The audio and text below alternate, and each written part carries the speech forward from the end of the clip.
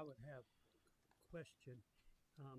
At our last meeting, we approved a new pump, or I guess a replacement pump at this location.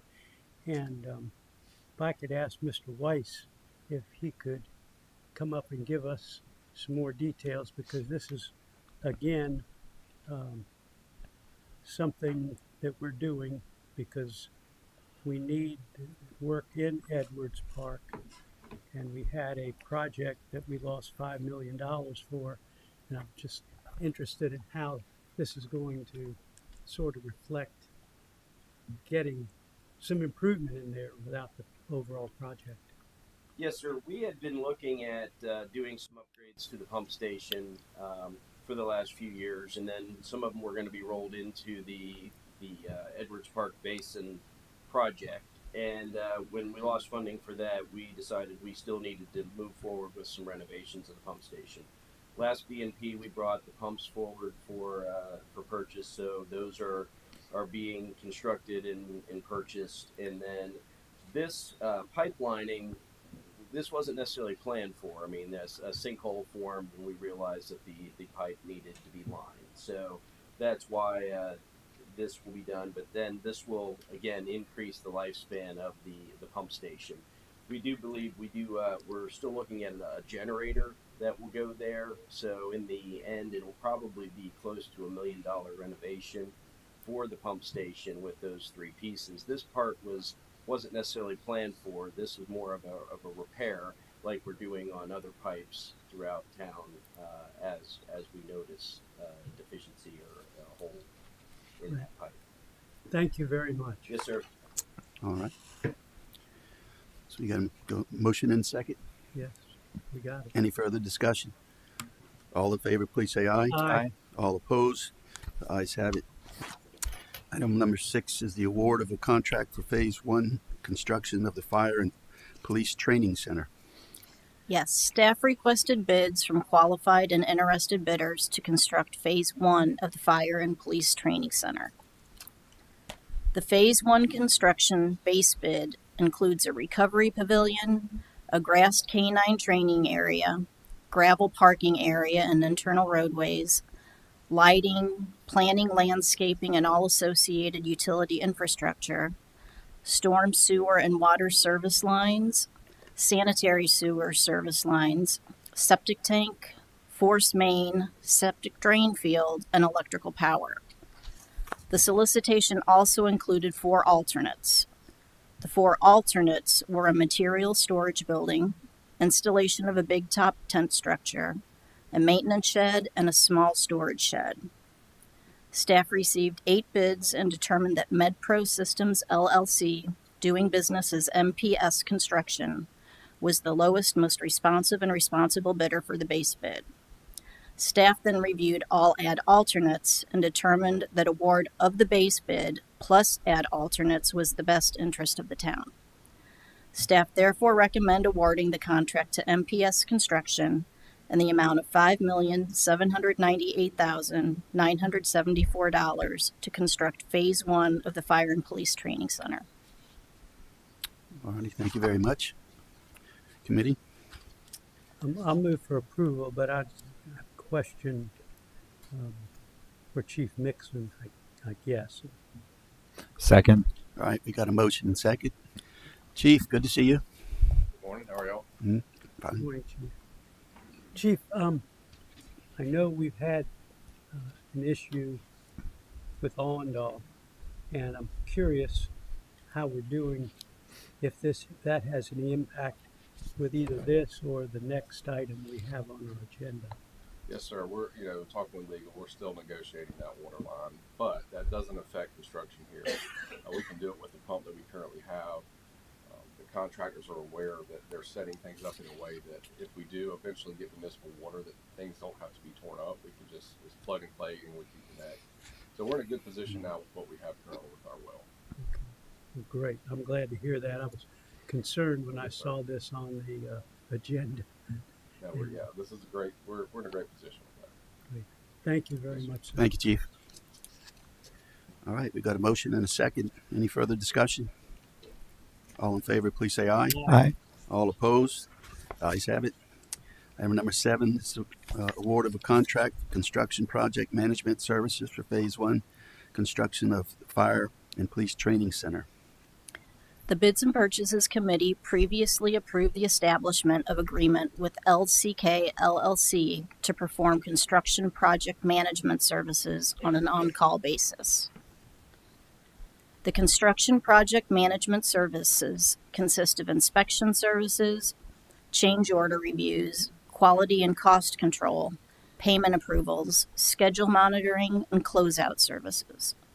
Staff have determined that the Fire and Police Training Center Phase 1 construction will require services from the on-call consultant LCK LLC to perform the necessary project management work. Staff therefore recommend awarding the contract to LCK in the amount of $162,932 to perform construction project management services. Mr. Chairman, move to approve. Second. All right, we got a motion and a second. Any discussion? All in favor, please say aye. Aye. Aye. All opposed? Ayes have it.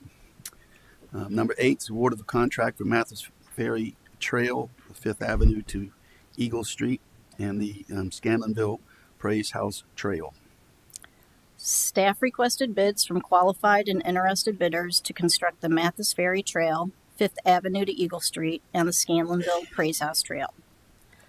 The work consists of construction of a 10-foot concrete shared use path along Mathis Ferry Road to accommodate bicycles and pedestrians. Other work will include, but not be limited to, removal of existing asphalt paths and concrete sidewalk, clearing and grading, tree removal, signage and pavement marking installation, and installation of amenities such as benches, water fountains, trash facilities, and bicycle racks. Staff received 2 bids. The low bidder was found to be non-responsive as they failed to bid for the Scanlonville Praise House Trail. Staff then reviewed the remaining bid and determined that IPW Construction Group, LLC, was the lowest, most responsive, and responsible bidder. Staff therefore recommend awarding the contract to IPW Construction Group, LLC, in the amount of $3,367,044.81 to construct the Mathis Ferry and Scanlonville Praise House Trails. Okay, thank you very much. We got a motion and a second. I'll move that we award the bid to IPW Construction Group. Second. All right, any discussion? Yes, sir. Go ahead. Mr. Aton.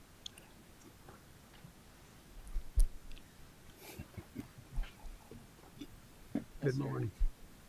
Good morning. Good morning. Mr. Aton, you were nice enough to allow me to walk with you in this part of the trail, and we were able to save, I think, 3 oak trees by shifting a little bit. Is that still in the plans? Yes, sir. That is correct. Okay, that's great. And this is going to be a great start. And I know in some places we don't get the full 10 feet. Are there going to, in this particular section, are there any places where we had to shift in a little bit with the alignment? Yes, sir. There were a number of locations along the alignment where we reduced the width and shifted the path alignment itself. We also are incorporating boardwalk in several segments to reduce the impact to the canopy tree root system. And again, there was additionally a $2.3 million legislative allocation for this project as well. So I'd like to mention that too. And I only bring this up because there have been comments from the public that we can't have a 12-foot wide sidewalk bicycle path, or we can't have 10 feet. And we have revised the plans to protect trees and to protect property along the way, not only on this, but others to come. So I just wanted to put that out there because not every path has got to be 10 or 12 feet. It can be revised to save trees and to save property. So as we go further down the line with the Mount Pleasant path, public needs to know that and understand that the whole purpose of this is to allow for access, but not necessarily 12 or even 10 feet. So thank you very much for doing that. And also thank you for all the work you're doing on this. This is just a great thing for the town and has been a big part of our overall master plan. So thank you. Mr. Chairman. Yes, sir. Mr. Aton, how long of a construction process do you think this will be? We're anticipating just over 12 months of construction. The majority of this work can be done outside of the roadway itself, so limited closures, flagging operations, and can be constructed during the daytime. So 12 months is what we're anticipating. And does this include the parklet, the Praise House parklet that we went to the, I guess, unveiling of a few months back? It does not, because we have that National Heritage Corridor grant, that federal grant associated with it. That project needed to be bid separately, and it's currently out to bid. Great. And I just want to echo Mr. Chapman's comments about this trail and other trails that you're working on throughout the town. I think these will be major improvements for pedestrian safety and also the connectivity of our different neighborhoods. And I've experienced similar trails in other towns and cities, and they're well used and really do a good job of moving people without putting cars on the road. So I'd like to thank you and the others who have worked so hard to get these projects off the ground. Thank you. Thank you very much. All right, we got a motion and second. Any further discussion? All in favor, please say aye. Aye. Aye. All opposed? Ayes have it. Next one is award of a contract to repair a head wall and line a pipe at 1234 Waterfront Drive. Yes, the Bids and Purchases Committee previously approved the establishment of agreements with contractors to perform various types of stormwater repair and rehabilitation services on an on-call basis. This project involves repairing a headway and lining 360 feet of a 36-inch pipe at 1234 Waterfront Drive. Staff have determined that this project will require the services of Groundhog Utilities, LLC, utilizing the established unit pricing and their on-call agreement with the town. Staff therefore recommend contracting with Groundhog Utilities, LLC, in the amount of $352,887 to perform the head wall repairs and pipelining services at this location. Mr. Chairman, move to approve. Second. All right, we got a motion and second. Any further discussion? All in favor, please say aye. Aye. All opposed? The ayes have it. And item number 10 is adjournment. Great job. We got everybody starting off, On time. finished early, a little early. We're right on that. What do you got? I got 1 minute. I got 14 minutes. I got 17. 16, so pretty good. All right, so then That much stuff. we'll say 15.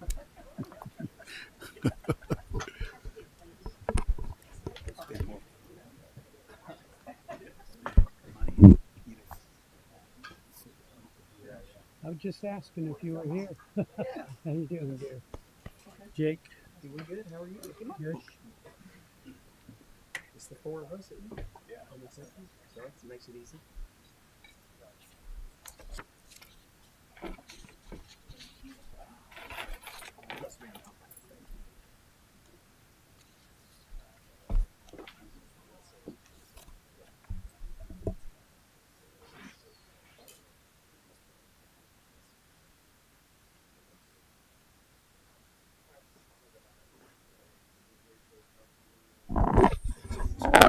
Specific.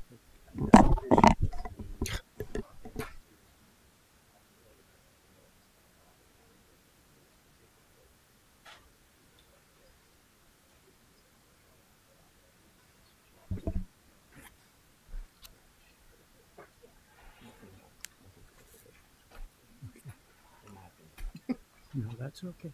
Somebody can always.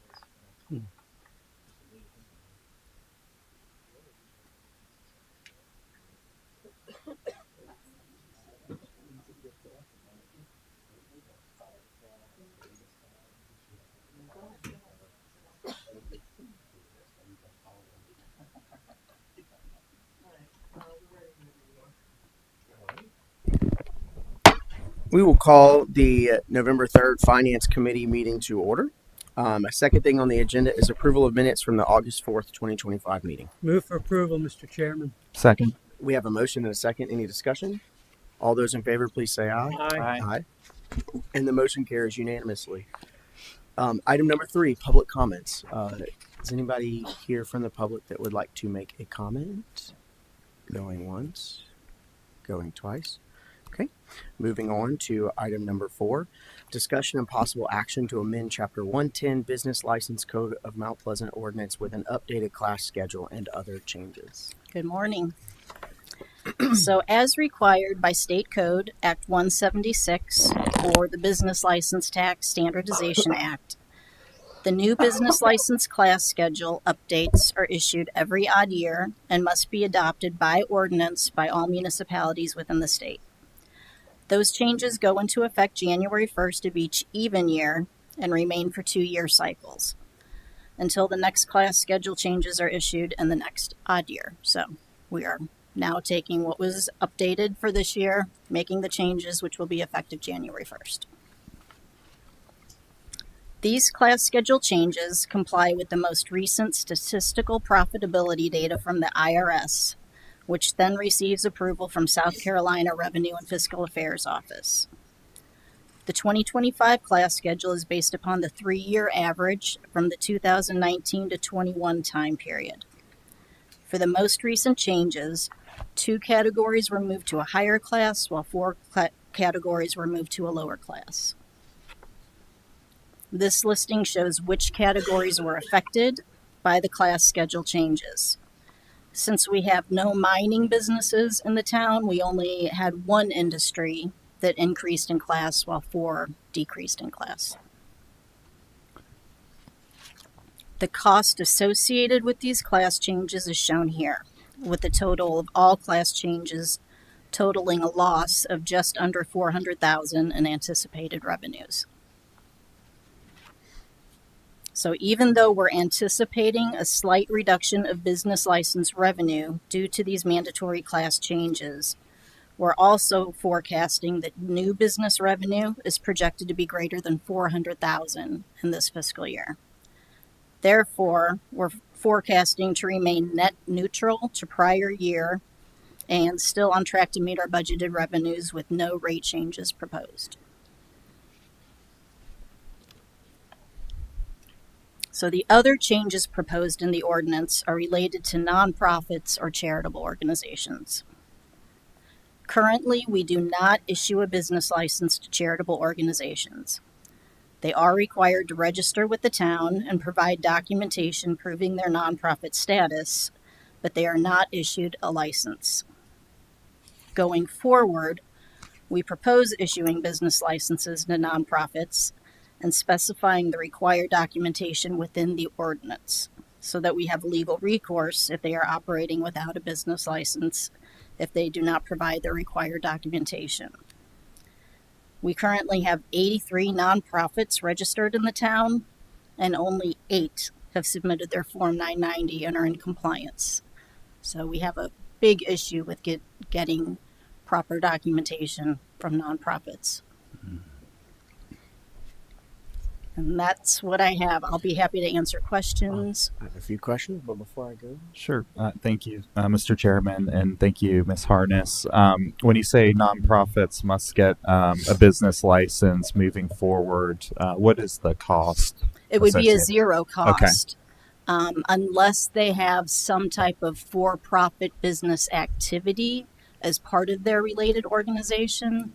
Sometimes you'll see maybe a church that runs a daycare as a separate entity, but it rolls up under that nonprofit status. So we would see the detail, and if they do have a profitable business associated with that, that piece would be charged a business license. But if it's a fully nonprofit, it would be $0 license. Great. And I'm trying to think back to the moving of classes. Is the lower number the less profitable, and the Correct. higher number is the more profitable? Correct. Okay. Thank you. go ahead, Mr. Chapman. Could you go back to the table that showed the types of businesses. Yes. Healthcare and social assistance. I know we have some hospitals that are supposedly nonprofits. Correct. How are we reviewing that?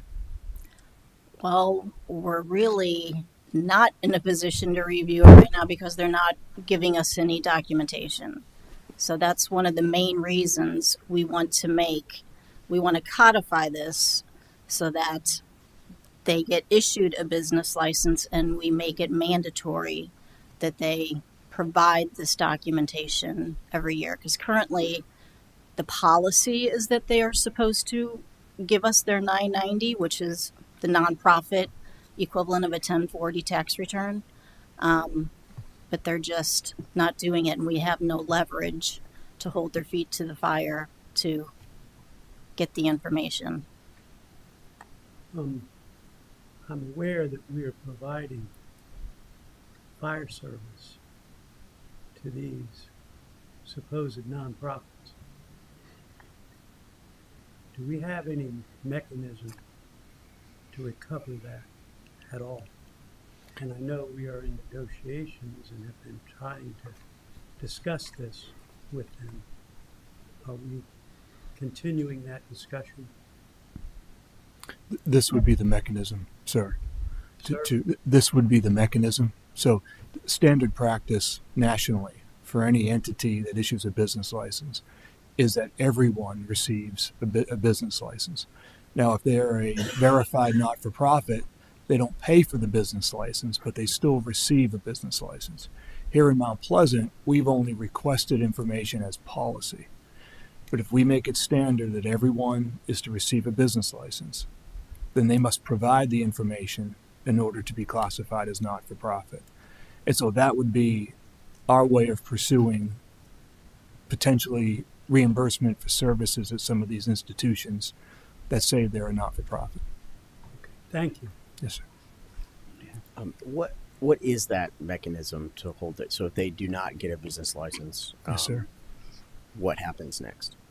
Well, as you know, every entity that does business in Mount Pleasant is required to have a business license.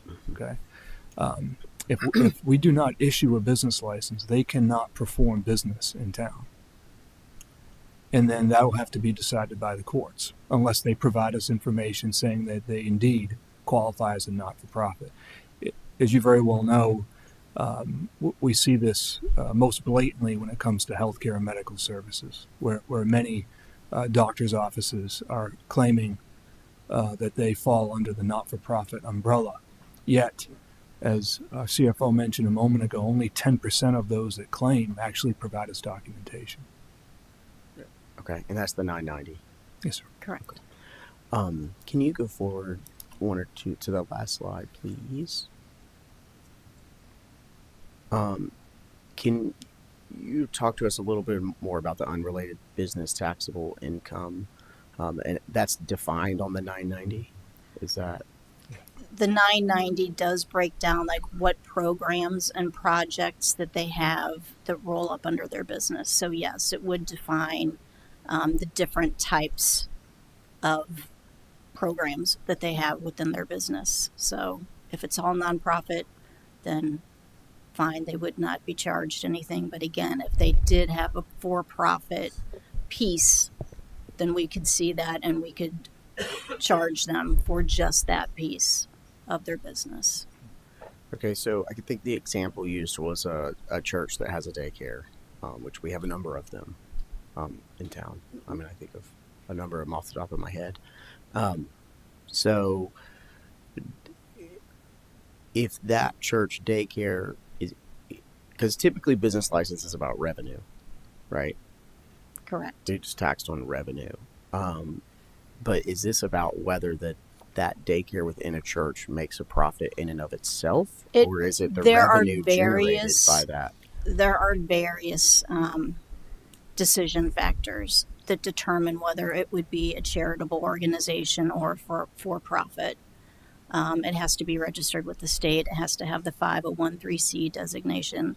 There's a checklist that it has to hit. So if it hits all those, then it's a nonprofit. But if it doesn't, then it could be deemed a for-profit. Okay. Does anybody have any other questions?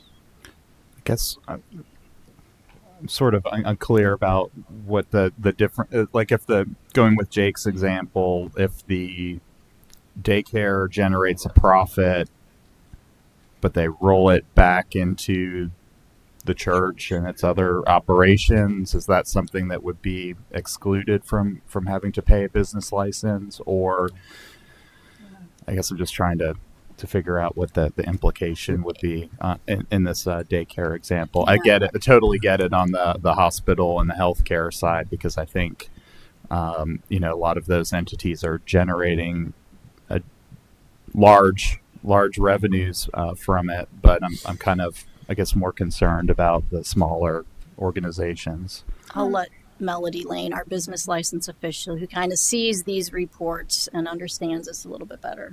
So it's a completely separate schedule on their tax return.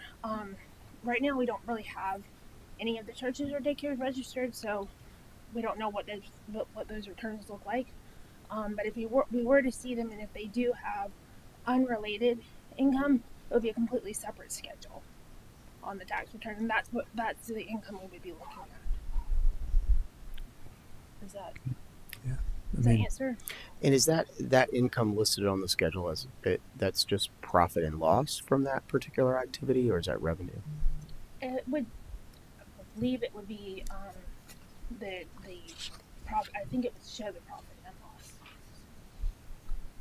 The 990 shows like the mission, the programs, the finances, including revenues, compensation of key employees. It shows a lot of different information. And again, we haven't seen too many of them, just because the ones that we get are pretty basic. Yes, the ones that are reporting Habitat for Humanity, those types of single vision ones. But in theory, for the big hospitals or the larger even church that runs a daycare, they would have multiple sections and multiple schedules attached to that, where it would be broken out and we could see it. And it wouldn't be defensible for us to parse out the application of the business license ordinance by what they perform. I mean, if someone doesn't qualify under the IRS as being not-for-profit, whatever that is, whomever that is, must be charged for that activity. Okay. Does anybody have any other questions or discussion? I'll make a motion that we approve what has been submitted by Ms. Hardens. And Mr. Chairman, I want to clarify, trying to get a temperature based on the questions that you're asking. We're under a deadline to have the ordinance passed before the first of the year. But if you had more questions or wanted more research done on this last part about the language change, I believe that piece could come separately. It's the codes and the things you heard of first must get done before the end of the year. But if you felt you wanted more time on this piece, we could amend the ordinance later if you needed it. Okay. I'm going to second this. I'm sorry. I want to second his motion.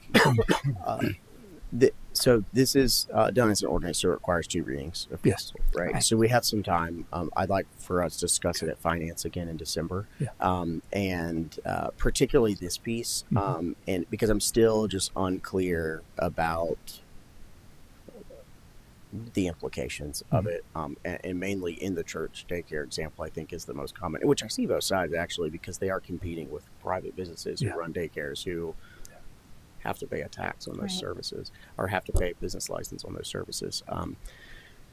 But church daycares also have certain requirements as far as operating. They can only operate a certain number of hours per day, unlike a regular daycare with DSS licensing and things like that. So there are some nuances there, and so I guess I'm still just not clear whether this is going to tax church daycares now or it's not going to tax church daycares. I'm still unclear about that. It's still kind of it depends type scenario. We can come back in December with some more clear cut examples, I think, Yes, to that show would be you. that would Okay. be great. But I'm comfortable moving this forward in the process for now. Does anybody else have any other questions or concerns? All right, so we have a motion and a second to move this forward as presented to full council. All those in favor, please say aye. Aye. And the motion carries unanimously. And with that, we stand adjourned. Thank you. I love hitting that. 10 minutes ahead.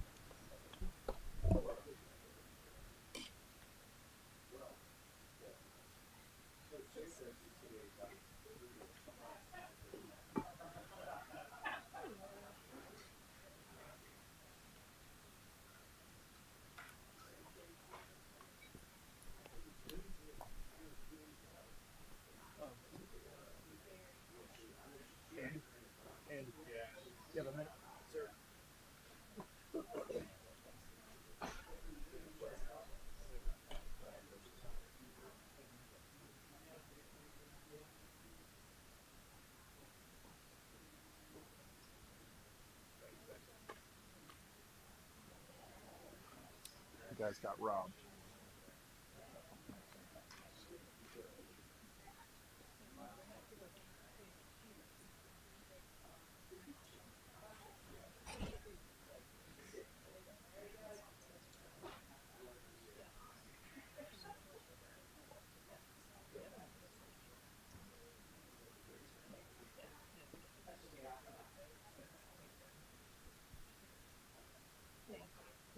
It was amazing. It made me happy.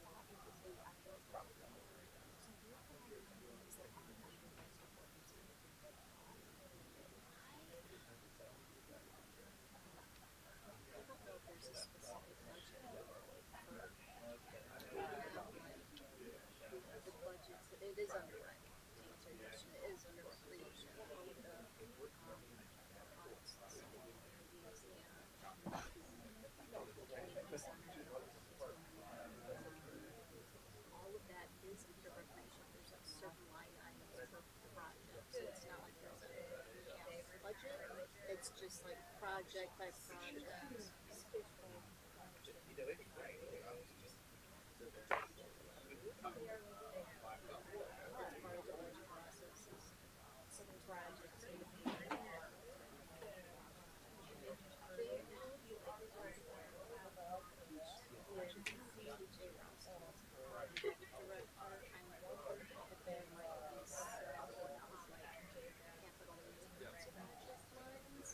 Might have some like general funding set aside for like the maintenance type upgrades and different programs that way. But each project is really defined on the operating side under the budget or under the capital side or like not really capital side, yeah,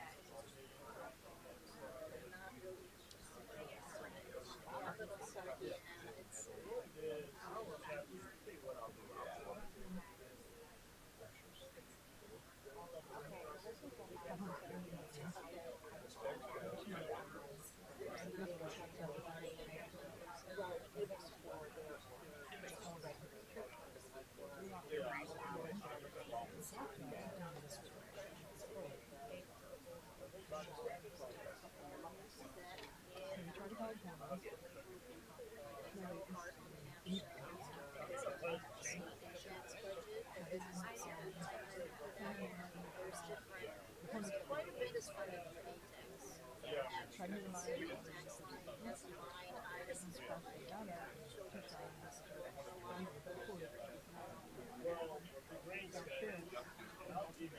There's line items for all of that under ATEX. That's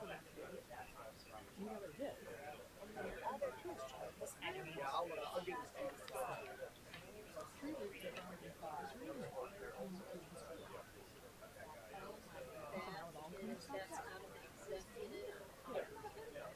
So with your further provide water and nutrition to the tree.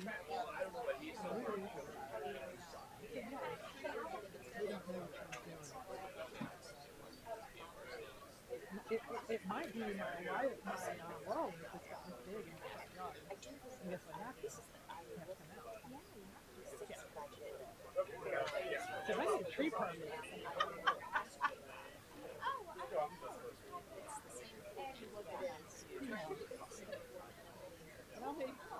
I will welcome him to come in and help you out.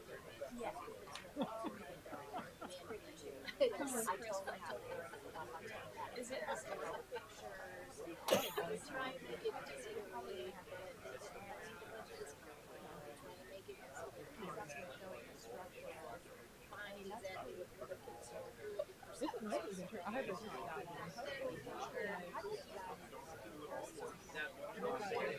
I didn't know. Just to, yeah, and he didn't even,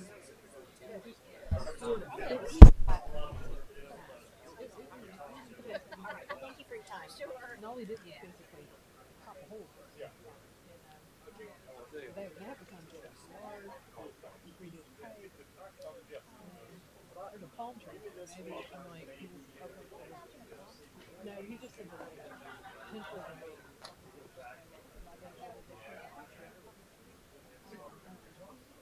So anyway, existence. And that's like, yeah, we hear about people with foundation companies.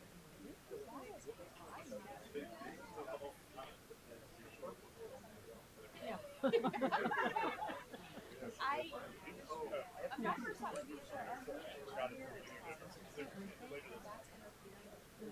Yeah, he got some of the roots out, but he couldn't.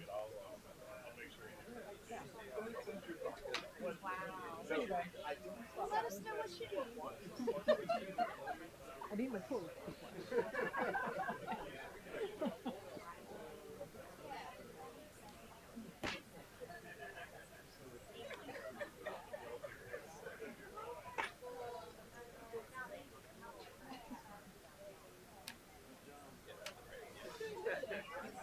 Staying really busy. Yeah. Learning a lot.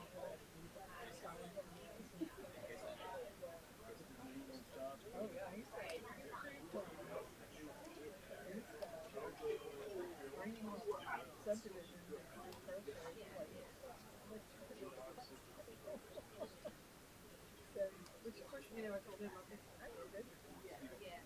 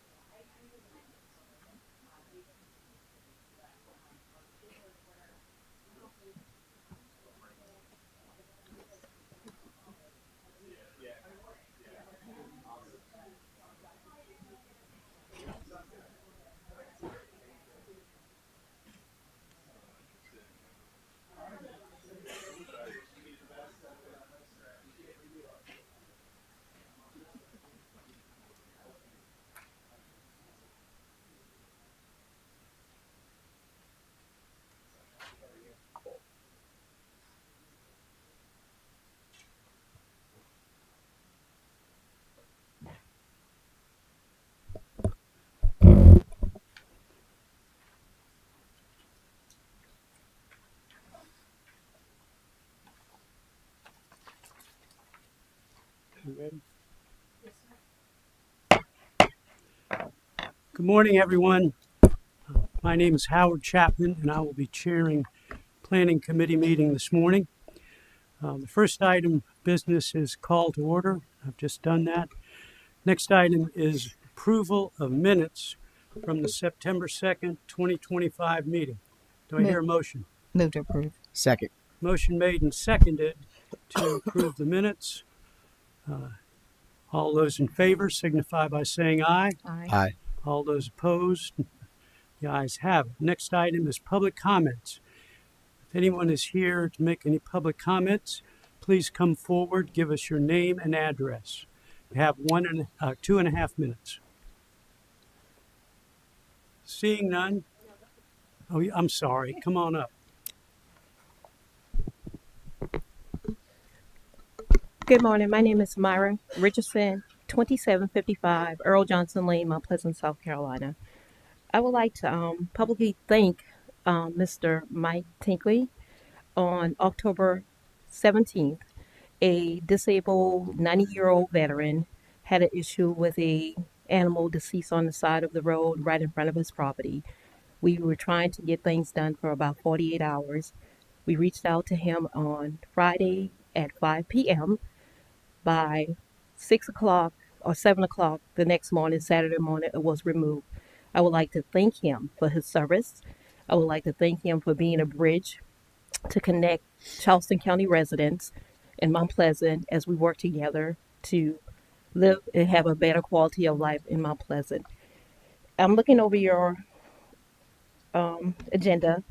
One part of it, with animals like that, we do not, with all the clear cutting, there are going to be more incidents like that. We just want to know, who do we contact when there's an issue like that, with rifle range being developed for the extension of Billy Swales and also the recreational park. We're going to have more incidents like that. So I'm just thankful for his help and the staff at the Public Service Department with the town of Mount Pleasant, for Mr. William Balaam's family. They would like to thank you all. Thank you. Would anyone else like to be heard this morning? Seeing none, we'll move on to item number 4, which is review of Planning Commission recommendations from October 22nd. First item is Chandler Road, request to annex and zone RC2. Good morning, Planning Committee. Appreciate the opportunity to be here with you this morning. We have a 2 action item request for annexation and zoning of RC2 for 6.5 acres. This is a pretty straightforward request. The only challenge is trying to orient you as to where the property is. So you have Highway 17, and this is north of Pepper Plantation and north of Carolina Park. 1.1 miles down Chandler Road, we have our subject property. You can see here that water and sewer is available. This is another instance where the property is currently within the county and within the 10-mile historic district. And staff is tracking the status of that. And right now, as it sits today, it is 1 unit per 3 acres. We have seen it trending toward the county moving toward a 1 unit per 1 acre. It's unknown, and they are planning to hold their final hearing on this on November 20th for final reading. Michelle will get more into that later on, but it is currently unknown. But what is known is that if it is brought into the town and annexed in as RC2, it will be 1 unit per 3 acres for this site. So that would be appropriate for the future land use recommendation and would be consistent with the county's current standards. So again, 2 action items for annexation and then zoning. Move to recommend approval to full council of annexation and zoning. Motion made and seconded to recommend to town council approval of annexation and also zoning. Any further discussion? All those in favor signify by saying aye. Aye. Opposed? The ayes have it. Next item is zoning code text amendment. Thank you, Mr. Chairman and committee members. So these will be familiar to you. These were the text amendments related to detached accessory structures and to properties located within the Neighborhood Preservation Overlay District. It came to y'all several months ago as discussion, some ideas. We went through some different scenarios. It ended up going to the Planning Commission last month, and they did basically send back a recommendation of approval of those same changes that y'all have already seen. And so I'm going to go through what those will look like as far as text amendments and how they would apply in the ordinance. So the first would be the detached accessory structures. Again, you'll recall we kind of had it broken up into the Old Village then the neighborhood preservation overlay district, and then you had the rest of the town. What ended up going through from this committee, and then planning commission also recommended approval, was that in the Old Village Historic District, we go back to the 20 feet height. And the difference, though, when it was 20 feet height in the old code, is that we're not adding in the limit to a 1.5 story. So that does give them still some flexibility with that space in the second floor. So back to 20 feet, but they did recommend approval of a 10-foot side and rear setback with those detached accessory structures. And then with the neighborhood preservation district and the rest of town, those are all grouped together. Those would be treated the same. Detached structures would stay at 25 feet, but any portion that is over 18 feet high would have to meet a 10-foot side and rear setback. And then also they added in an extra provision where we already have a maximum square footage of 850 square feet. They added in an extra provision that says you can't exceed 40% of your principal structure. And so what that looks like is in the ordinance, the text to be added is in red. The text to be deleted is crossed through. And so this pertains to subpart 4.3, which is specific to the Old Village. Again, we change it to a maximum of 20 feet or the height of the principal structure, whichever is less. And then accessory structure setback shall have a setback of 10 feet side and rear. And then when you go down, yes, sir. One question on so we're talking Old Village Historic District specifically. Right. There's a lot of accessory structures other than just ADUs. Correct. And it's always been 5 feet. Correct. It's always been 6 feet in the Old Village Historic District. Yes, throughout town. It's been 6 feet. So my concern in making a blanket 10 feet is, I mean, most properties already have, a lot of them already have an accessory structure, whether it be a garage or a outdoor storage area or whatever. Correct. To me, the point of increasing the setback was because when you build it taller, then you're looking like straight down into somebody's yard. So I guess my question for my fellow committee members is, I mean, the language that we're about to hear for the rest of town, it requires the greater setback once it's above a certain height, right? I don't know that there's a problem with a 1-story garage being 5 feet versus 10 feet, or 6 feet versus 10 feet. I don't think that's solving any sort of problem. I don't know. I'm just curious by that. Well, first of all, let's see if our distinguished staff can give us some guidance on that. And, whether or not it's there versus new might be an issue too. In other words, leaving something there as a option versus if you're building something new, then you might have to do it. But Ms. Reed? Yes, sir. So overall, the decision to increase that setback is that's going to be a policy change. As far as structures are already there, you're correct. Everything has been built for the most part at 6 feet. Those could stay, of course. You could make improvements.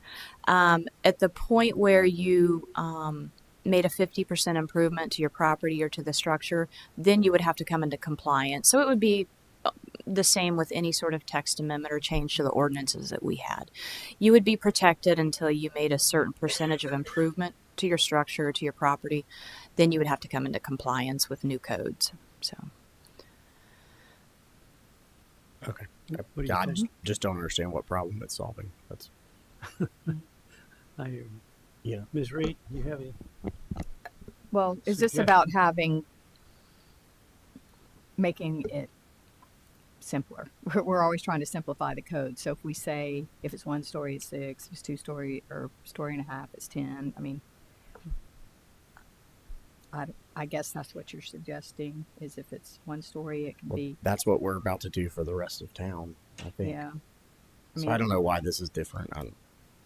I mean, we just started the whole thing because of all the complaints about people being right up on the fence. So I'm open to either thing that makes sense, but I do see the point that if it's only one story, that's not really as offensive to the next door neighbor, but whatever makes it easier, just to simplify the code for me.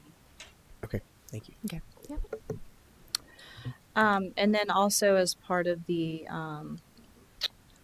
detached accessory structures, we made these changes in the table. So at 6 feet, and then we've got the footnote for 10 feet if you are, if any portion of it is over 18 feet. And then, of course, the 40% shall not exceed the height of the principal structure. I apologize. And then this last one is we just added a footnote to the existing table that not only are you capped at that 850 square feet, but you also can't exceed 40% of your principal structure. And so this all kind of sums up the changes that would be related to detached accessory structures. And again, the 20 feet would be just Old Village. The 25 feet would be all the rest of the town. Happy to answer any questions, or I can move on to the next text amendments. Ms. Hyatt? For the rest of town, they can exceed the principal structure. No. It would be 'cause 20. I remembered we brought up not letting Yeah. it exceed the principal structure, and when we were doing the zoning code, that was another topic of conversation. Yeah, and the that rest of town. that provision is already in the Old Village portion, and then Mr. Chapman, I think you actually made the motion, and the Planning Commission recommended approval of that. So in the rest of town, that provision applies as well. So they did revise what they originally sent to us based on our discussions Yeah. at the last committee meeting. Mhm. So could you go back to that section which talks specifically about the Old Village The Old versus Village? the rest of town? Right there. Yep. No, I meant the table. Oh, the table. Yeah. Well, this table. Not that table. There's original one? another one where you keep going. No, this is it. Oh, this one. I'm sorry. That Gotcha. one right there. That one right there. Okay. Mhm. So the rest of town's 25 feet. And what did we do for the setbacks at 25 feet? Any portion over 18 feet in height must meet a 10-foot side and rear setback. Okay, so we did make provision to widen that. Correct. If it's 25 feet. I mean, we haven't done it yet, but the Planning Commission sent it back. with Yes. that, correct? And so that would kind of address if you're going to be over one story, if you're going to exceed that 18 feet in height, then you are going to increase your side and rear setback to 10 Right. feet. And That's for the.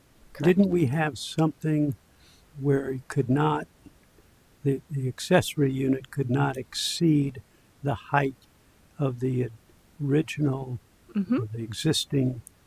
Is that not, am I missing it somewhere? No, so this section here, it's in there already for the Old Village, and then we added it in as a footnote on this table for the rest of town. Okay. So Okay, yes, that's sir. good. That's Yep. good. And we've got that 40% Yes, sir. in there too. That's correct. Do we have any further discussion by the committee? Ms. Hyatt? I assume if somebody has a grand oak in their backyard and they want to build, they could go to BOZA to get height to like save a tree, or that could be presented as an option for them to go higher. That would they be a had a remedy that situation. they could apply for. There's obviously no guarantee. right. They would have to prove a hardship. But I know that the board often looks at, if you're trying to preserve trees, can you change the footprint a little bit? So I think that would be a consideration. Mr. Rambo? So I know that I think this agenda item is kind of two parts, right? It is, correct. So I'll just kind of take it, if y'all are okay with it, I'll make a motion, just to keep it simple, make a motion about this part first. I would like to recommend to full council approval of the changes as permitted by staff. But I would like us to change the Old Village Historic recommendation to match the rest of town as far as it can be 6 feet if it's a 1-story building. Is there a second? Man, stingy. Motion fails for lack of a second. Is there another motion? I'll move to recommend these committee recommendations to full council. Is there a second? I'll second the motion. Yeah, I would second it too. Say again? Go ahead. I was going to say second. Any further discussion? Hearing none, call for the question. All those in favor of the motion to accept the recommendations of the Planning Commission, in favor of sending it to council with the recommendation, signify by saying aye. Aye. Aye. Aye. Opposed? Ayes have it.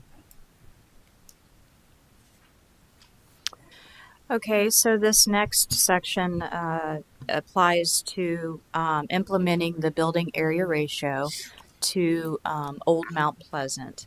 And I do have, it does come to you with a recommendation for approval as was presented to you last month.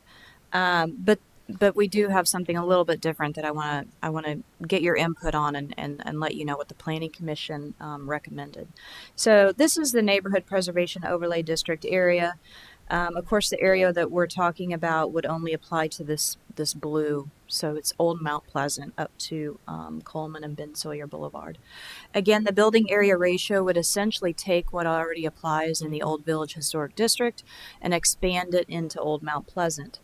All those provisions that are in the Old Village right now that have been used for a very long time and are sort of tested and appear to have worked in the Old Village are exactly the same. So we pretty much carried the exact same text over and applied it. So you have the same requirements, 50% lot size. However, you're allowed a minimum of 2,500 square feet for your house, regardless of your lot size. You can't exceed 5,500 overall. That includes your primary structure and your accessory structures. So all of that's to stay the same. And then, so again, we literally just took the text from Old Village and brought it over. The only thing that we did take out was in the Neighborhood Preservation Overlay District, there's a provision that talks about getting an, in the Old Village BAR, there's a requirement that 10% of your BAR is front porches. That did not make sense in this area because there are extra provisions in this area that have to do with allowing your front porch to encroach. So that is the only section that we removed when we carried this text over. It just didn't make sense in this area of town. So again, this is all language straight from the Old Village BAR. And the one thing, though, that I wanted to talk about, and the Planning Commission had some thoughts on this, and I'll share those with you. So the minimum 2,500, really, if you look at the lot sizes in the zoning in the Old Village versus Old Mount Pleasant, it's pretty much the same. Most of those lots are R2. We can go back to this map here, and you can see that sort of beige is all R2. There are some lots in there, some neighborhoods that are R3 and R4 and PD. So the Neighborhood Preservation Overlay District overall requirements already cover those areas. But when we started drilling down into those lot sizes for an R3 and an R4, that minimum 2,500 didn't make sense because those lots are smaller. And so when we talked about that with the Planning Commission, and we looked at the lot sizes of the R2 versus R3, R4. Their recommendation was, since 2,500 appears to be about 30% of the minimum R2 standard, which is 8,000, why don't we look at about a 30% for those smaller lots? And so we kind of did a ratio, and what it came out to is instead of those lots in the Old Mount Pleasant that are not zoned R2, but they're R3, R4, The minimum BAR of 2,500 doesn't make sense. A smaller minimum makes sense. And that came out to be about 1,800. And so what we did, we took some lots in each of those neighborhoods with that zoning and looked at what their lot sizes are and then what their existing house size is.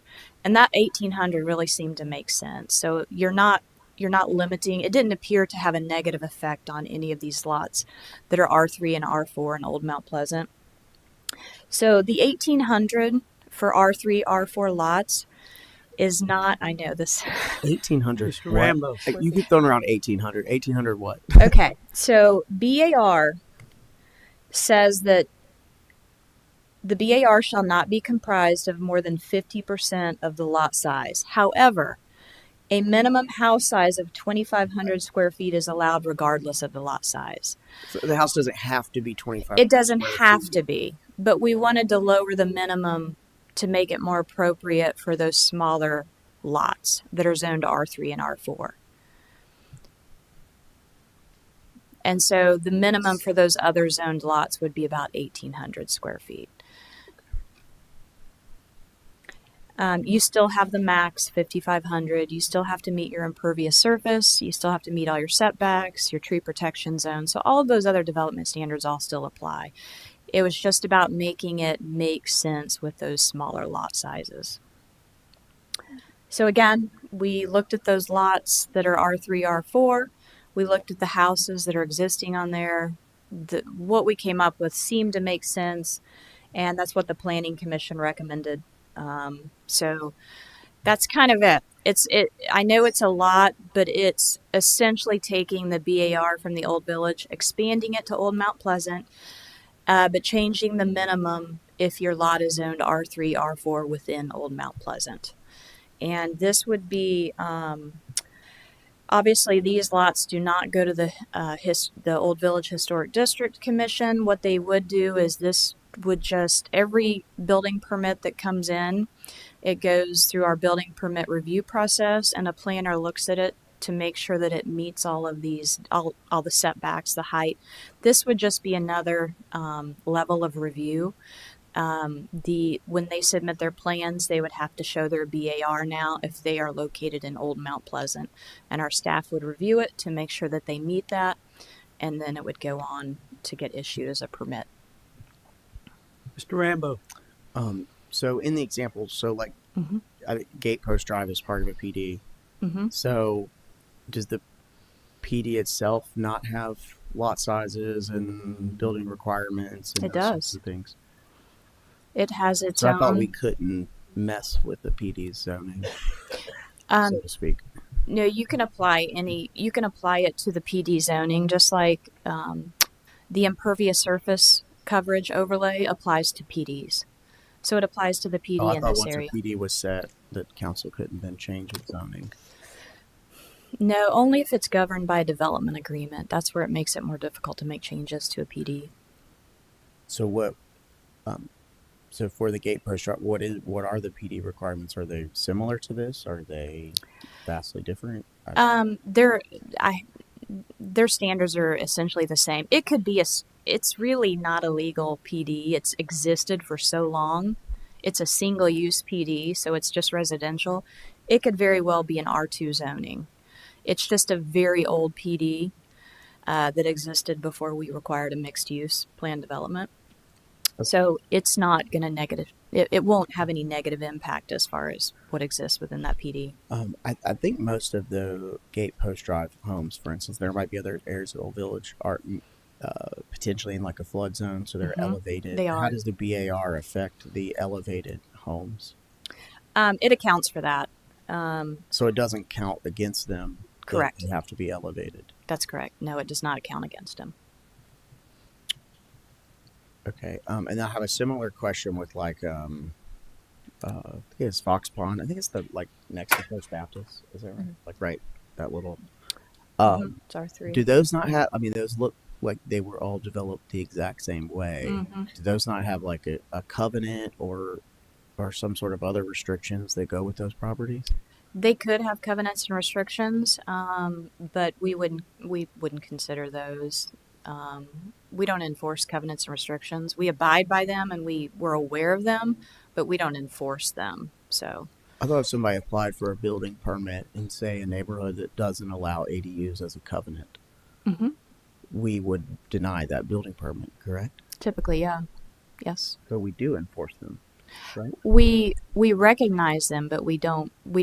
So if it doesn't allow something that's allowed by the zoning ordinance, that's one thing. But if your covenant says, something that doesn't have to do with a building permit, we would not enforce that. But we do. We are. Yeah. No, I understand that. Yeah. But in relation to these conversations, I'm really, Correct. we're talking about somebody trying to build something. Right. If it's not allowed by their covenants and restrictions, then we're not going to necessarily issue a permit for that. That's correct. So I guess my question is, so when in looking at these as a whole, have any of those covenants been examined to see how they line up, or if there are covenants or whatever with these new restrictions? No, I think in Old Mount Pleasant, I know we're aware of, what's it called? Heather Street. There's 3 streets right there together. I know that they have covenants and restrictions that I think prohibit some sort of detached accessory structure. I forget what the name of that neighborhood is. It's Heather Street. No.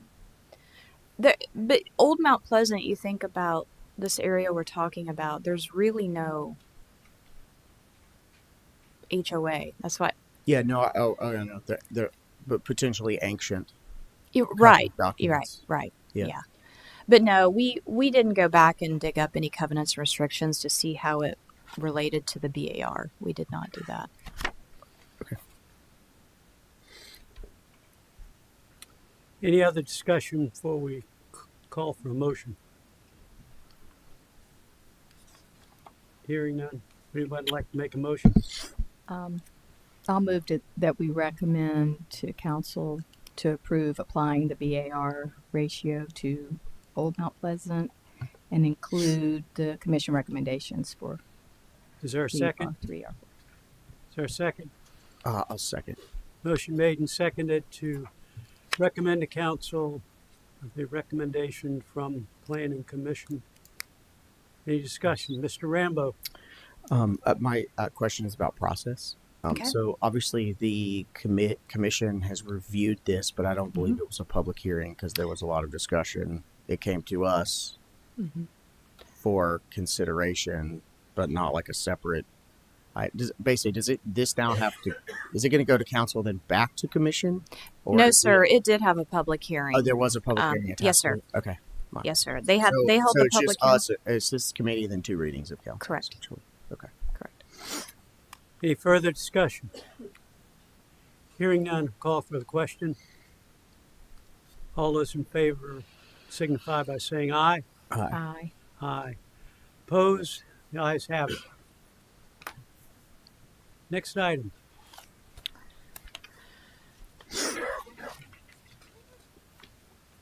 So we were asked to place this on the agenda for discussion and possible action. And it had to do with a couple of things that are related. One is the work that the county is doing with their 10-mile overlay district and their rural resident, what that entails with their rural residential zoning versus the town's rural residential zoning. And then also the 5 parcels that were recently annexed into the town and zoned rural residential. We were looking to address that and how could our rural residential zoning be comparable to the counties and to fix that glitch also in our zoning code to match the future land use. And so this has been placed on for discussion. I can talk a little bit about it, or if you wanted to talk about... No? Would you like me to go ahead? Okay. So I think the easy part for this is a code change. And when we went through the 5-year comprehensive plan update, we made a change to the future land use, but we needed to make a change to the code to match that comp plan. And so this is just a very basic one where if you come in and you don't request a specific zoning, then instead of rural residential, you're going to be rural conservation 1 or 2, depending on where you're at within the town. So that's just a cross through. For the RR, adds the RC and RC1 and RC2, and then it references this section of the code where, depending on where you're at, you're either going to be RC1 or RC2. RC1 is located on Cat Island. It's well beyond the urban growth boundary, and that's where you have a one unit per 10 acres. So we don't have a lot of land that's that, but it's very specific to those areas. And then the RC2, which we do have more of, would be 1 unit per 3 acres. And so this is a fix that we needed to make, and was placed on here for discussion so that we could move this forward. The next part is really kind of a decision for you all to make. I know that we've been watching the county with the 10-mile overlay district. As Peter said, they've had first reading. They will have 2 more readings, and the county can make amendments up to the 3rd and final reading. When it went to first reading, I believe it was last week, their rural residential district is more like our rural conservation district. It's 1 per 3. But what they're looking to do, and what did get first reading, was to change their rural residential district from 1 unit to 1 acre, so a 1 to 1. This is a very easy fix for us to match that and make rural residential 1 to 1.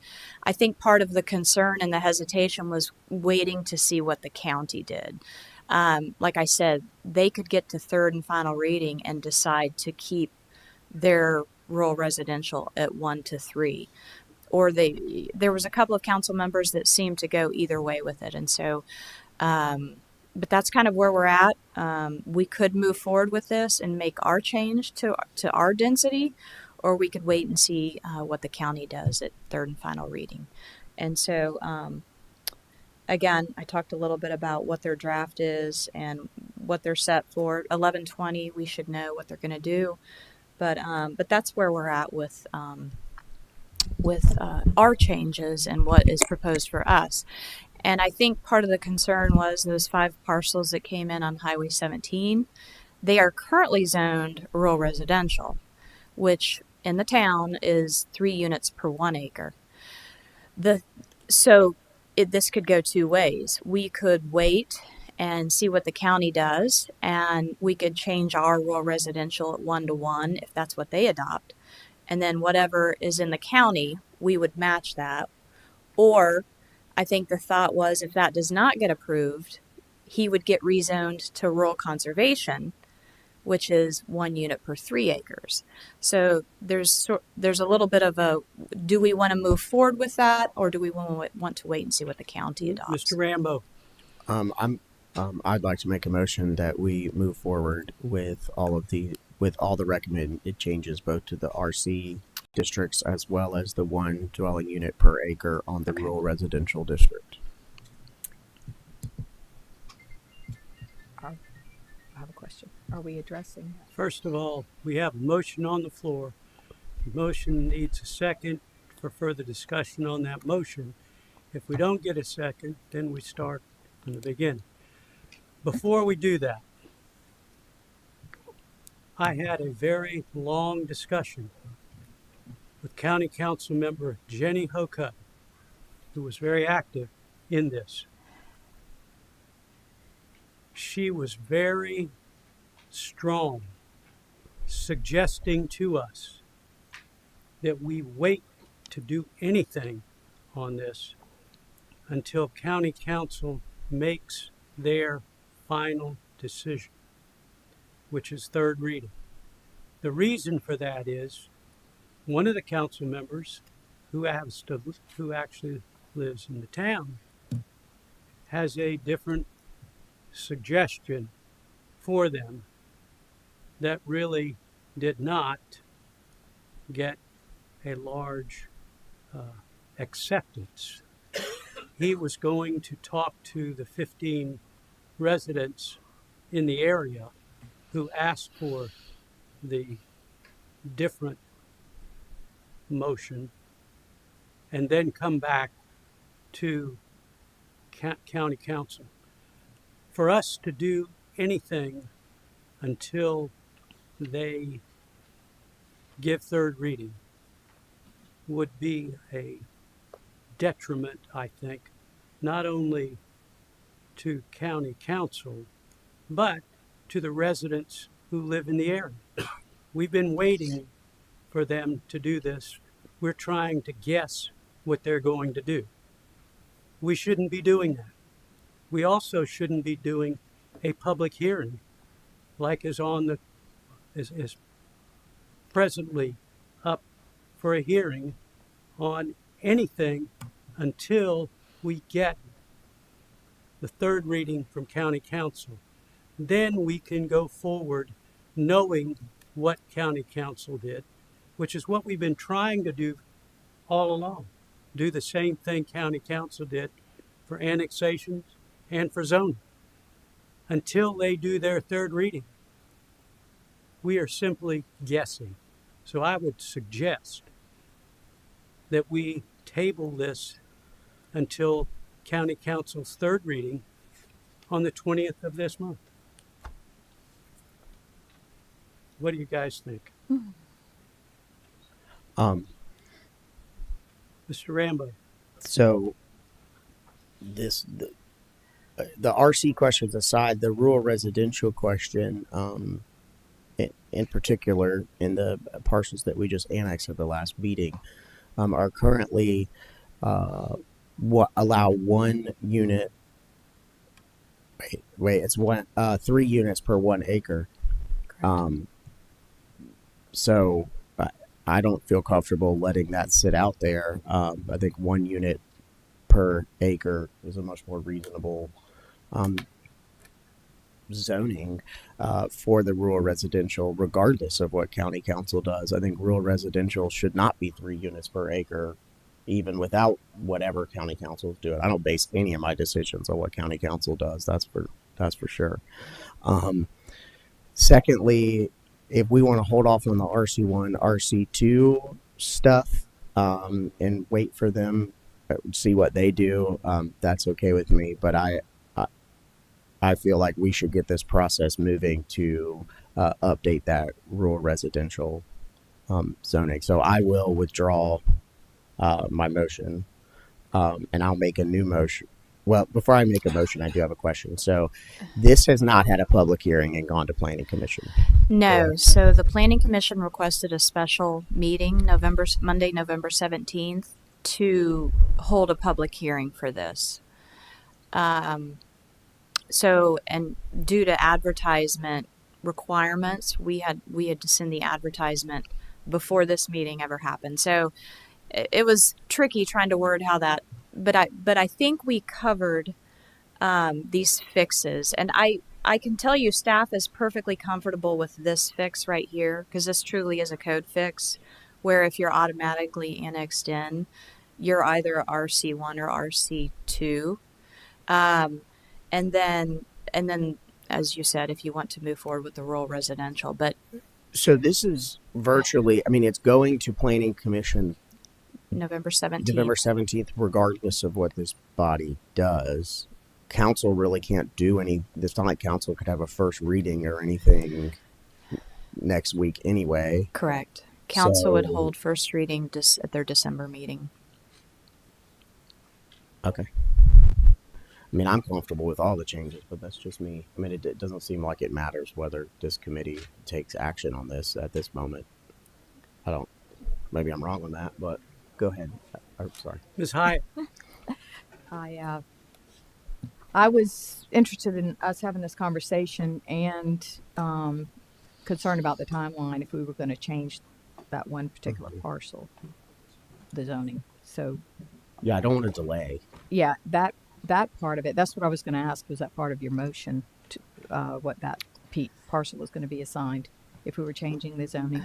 But I would. Well, yes, it would. It would be because that parcel is rural residential. Correct. So and right now, it's 3 units per acre. So this would go ahead and change to 1 unit per acre, which would greatly Correct. obviously reduce density. Without rezoning his property. And then if we wanted to rezone that specific property later to like an RC2, which is 1 per 3 acres, we could do that. But I think at the very least, rural residential should be changed.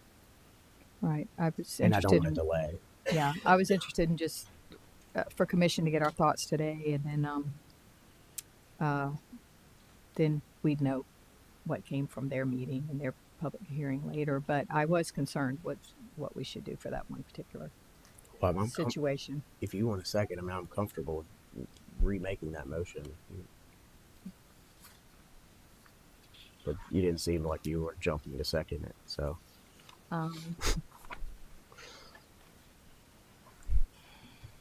The alternative is we would just be hearing this again in December, Mhm. and then we'd have a first reading Mhm.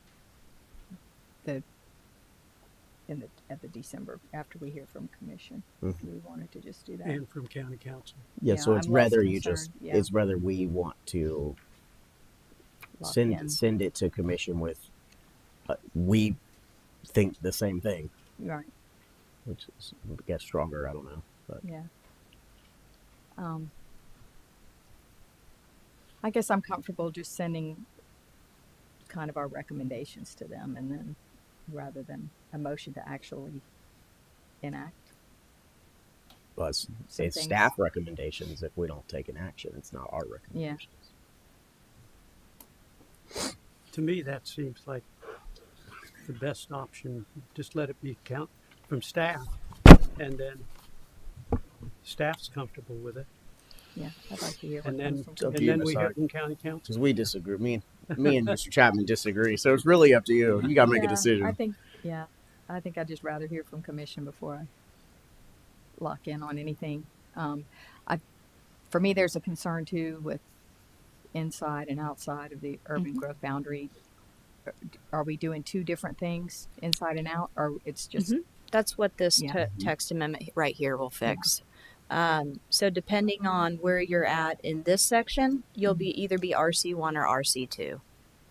So, okay. And just to be clear, we did not advertise to specifically rezone those 5 parcels, because to do that, you would have to have at least a 21-day notice. You'd have to send certified mail. And given the time that the Planning Commission wanted to hold their public hearing, we couldn't make it work. So that is not part of the public hearing. Only these items before you are the public hearing. And like you said, once these go through, he'll be RR, so he'll be 1 per 1. Mhm. So Well, for the record, I'm more than comfortable with the changes. okay. Any further discussion? Moving on to the next item, which is request for approval of a 1-year extension of vested rights for the retail at the market at Oakland Development Impact Assessment. Yes, sir. Ms. Reed. Yes, this is coming before you. It's was approved December of 2023. It is the 6-acre parcel on the corner there at Porsche Bluff. It includes the previously approved hotel, medical office, restaurant, and retail. So it's all approved. This is just the required 1-year extension for their vested rights. Is there a motion? move to approve? Second, Motion made and seconded. Discussion. Mr. Rambo. and just for the record, we basically have to approve these by state law. They're allowed by state law. An extension. An extension of vested rights if they meet the criteria. Yeah, It if just there's bothers me that they come to council when there's really not a choice to make. Yeah, it's just a requirement. But if there's no change in density or intensity with the code, then then it's a kind Is of an it law, obligatory. is it state law or something that this has to come before the body that issued it, or Yes. it can't be a staff level approval if they meet all No, sir. requirements? No, sir. Anyway, just always bothers me. I'll tell you, we had a lot of discussion about this when it first came up, especially Yes, we the did. hotel. Yep. But we finally figured out a way to not only help the hotel, but also help the residents in the area. So. Any further discussion? Hearing none, call for the question. All those in favor signify by saying aye. Aye. Any ayes have it. And I think we are adjourned.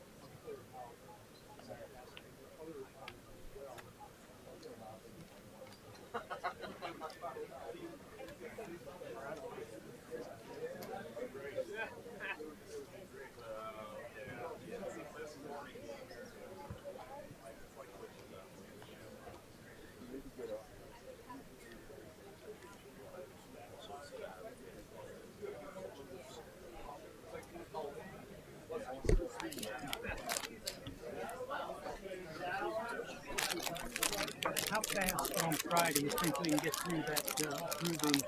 In 5 minutes. Good, because I got to go to It's a 5 minute. I mean, we adjourn, we come to order, we vote to receive it, and we're out of there. Yeah, because I got to go to Citadel for professional development hours on lunch. Oh, do you? Okay. Go take a look at the Silver Seiko while you're over there. I felt so sorry for that. What a game. That quarterback was a freshman, Mm. just a freshman. And he played lights out, except for BMI's got a good team. I'm sorry their record looks so bad, but they've got a good team. they just got tired in the second half with the no God. Citadel the whole house today.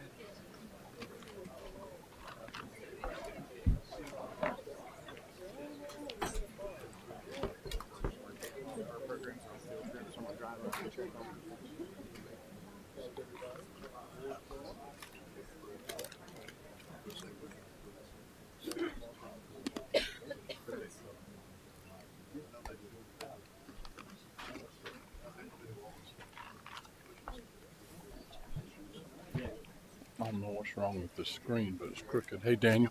Hey. Good morning. Good morning.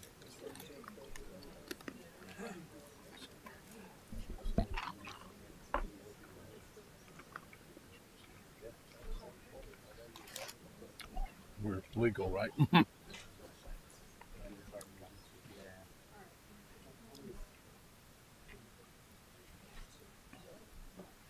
Staff, are y'all ready?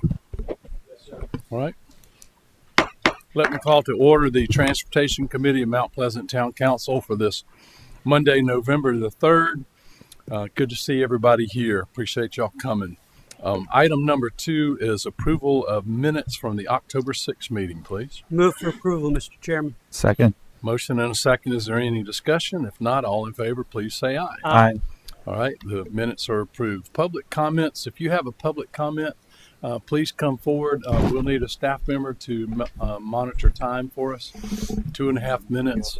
I just want to say, if you're here from Brickyard, I think we know exactly what the request is. Everyone is welcome to speak, and everyone gets 2.5 minutes. If you want to consolidate that, we'll be out sooner, and you can get back to the other things you have to do today, which I'm sure are things. But everyone is welcome to speak. And but we've got a council member or two who have also been very involved with y'all, and I think we know the message. And so anyway, I recognize your HOA Vice President. Yes, sir. Very good, Mayor. And please give name and address. 2.5 minutes, please. All right, very good. Mayor Haney, thank you for acknowledging the issue at hand here, why we're here today. Name is Joe Apple. I'm at 1431 Madison Court. I'm the Vice President of the Brickyard Plantation Property Owners Association and representing 824 homes in our community. I'm here today to respectfully petition this body to hear and consider the voices of Brickyard residents regarding the proposed sidewalk project near our entrance. To date, only one plan has ever been shared with us, and we were never given a meaningful opportunity to provide input to the project. That plan is currently designed, has a lot of issues. It violates many tree ordinances. It threatens to cause irreparable harm to the tree-lined entrance that defines the character and beauty of our neighborhood. It's not just about trees, it's about the process, the partnership, and respect. Our community feels steamrolled by a project that is supposed to serve us. We're asking for transparency and collaboration and a chance to be a part of the solution that ultimately will benefit and serve the residents in our community. We believe a clear alternative exists. Extend the town sidewalk from Highway 17 to the amenity center driveway, and then reroute or route pedestrians via striping using existing sidewalks at the clubhouse. This approach preserves our trees, saves the town potentially hundreds of thousands of dollars in contracted costs, and achieves the connectivity goals that we all share. We believe the compromise reflects the values of Mount Pleasant: responsible growth, environmental stewardship, and community engagement. And I urge this committee and the full council to take action that ensures Brickyard Plantation is not just impacted but included in this process. Like I said, we feel like we're not opposed to the connectivity concepts. We just feel like we haven't had a voice representing our community at the table here. We have reached out several times and have not gotten to a resolution. Like I said, we've only seen one plan. We feel there are better alternatives that can be explored here. So what I ask today is for a commitment to meet with council members and have that opportunity to have a place at the table and voice the concerns of our community. Please, we don't allow, because then we have to allow booze, and we don't want to allow that. So that's ask everybody to withhold their emotions. Thank you. Thank you for your comments. Next, please.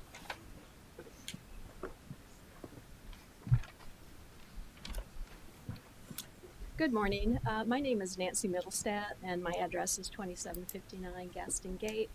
I'm a 42-year resident of Mount Pleasant with 32 of those years in Brickyard.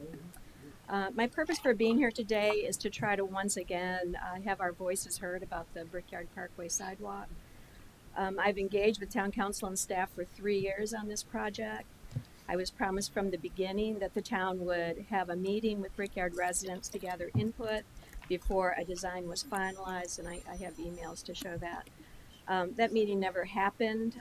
Only when pushed did town staff agree to a meeting January 23rd, 2024. Renderings were brought of the design, and I asked staff, are you here to gather input from residents? And I was told, no, this is the final design, and there's nothing you can do about it. The Brickyard residents in attendance were understandably outraged by that. This led to a petition that collected 287 signatures opposing the sidewalk design. Town of Mount Pleasant dismissed that as not enough. Residents have continued to write emails, make phone calls, make public comment at town council meetings, committee meetings, and have received almost no response in return. Recently, council members Hyatt, Icofano, and Tinky visited the site and agreed that the current sidewalk design is bad for Brickyard. Council member Rambo also sent an email declaring his opposition to the current design. I thank all of them for taking the time to engage with their constituents. That's appreciated. So I stand here today in support of a modified design that achieves the town's connectivity goal while eliminating the risk to most of Brickyard's tree canopy along the current sidewalk design, and it could save the town hundreds of thousands of dollars in construction with a simple change work order. This compromise is a win-win. Please finally hear our voices. Thank you. Next, please. Good morning. My name is Tony Hanshoe. I live at 1317 Old Brickyard Road since May of '93. I served on the Planning and Zoning Commission in Mount Pleasant for about 13 years, back in the early 2000s, late 90s. I'm coming to the committee with a few extra thoughts in my mind, going back to my days on planning and zoning, and some things I would like the council to consider, because none of y'all were on council back up to date when I was active in town planning. There's three things that I'd like y'all to think about. One is, does the Brickyard intersection with Highway 17 have any plans to be changed in relation to the Highway 4117 interchange? Does that affect Brickyard at all?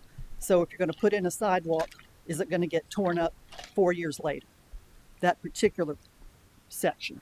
Number two, when the commercial area of adjacent to Brickyard was developed and planned, there was actually a referendum, and a lot of town council members got voted off at the time.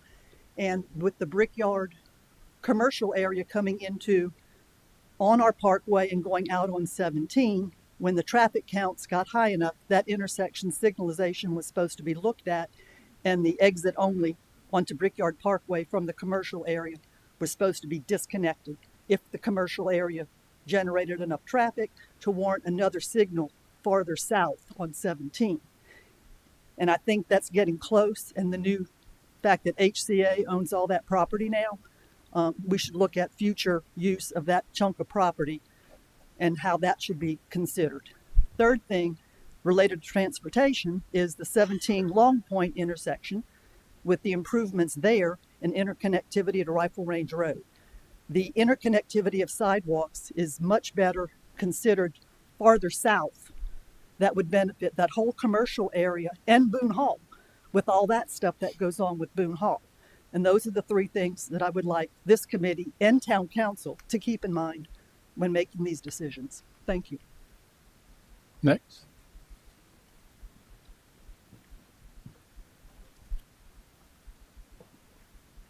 Thank you all for serving. I really appreciate the work and time and effort you take out of your personal lives to help us.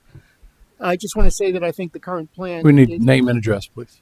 Oh, sorry. Stephen Safe, 2793 Rosedown Point. Thank you. And I just want to say that I think the way the thing is currently planned compromises the beauty and integrity of the Brickyard. We've been there for 30 years, and we're so grateful for it. And anybody who lives there loves it and feels happy to be there. We don't want to lose it. Next, please.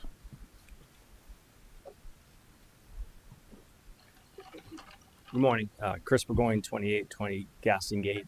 Mayor, as you had said before, I think the message is clear. There's a lot of folks here that are looking for more engagement, right? I think my question for all of you is, will you all come out to Brickyard to meet with these residents to have a more in-depth conversation to help make sure that these concerns are addressed? We can't answer questions. It's public comment. Okay.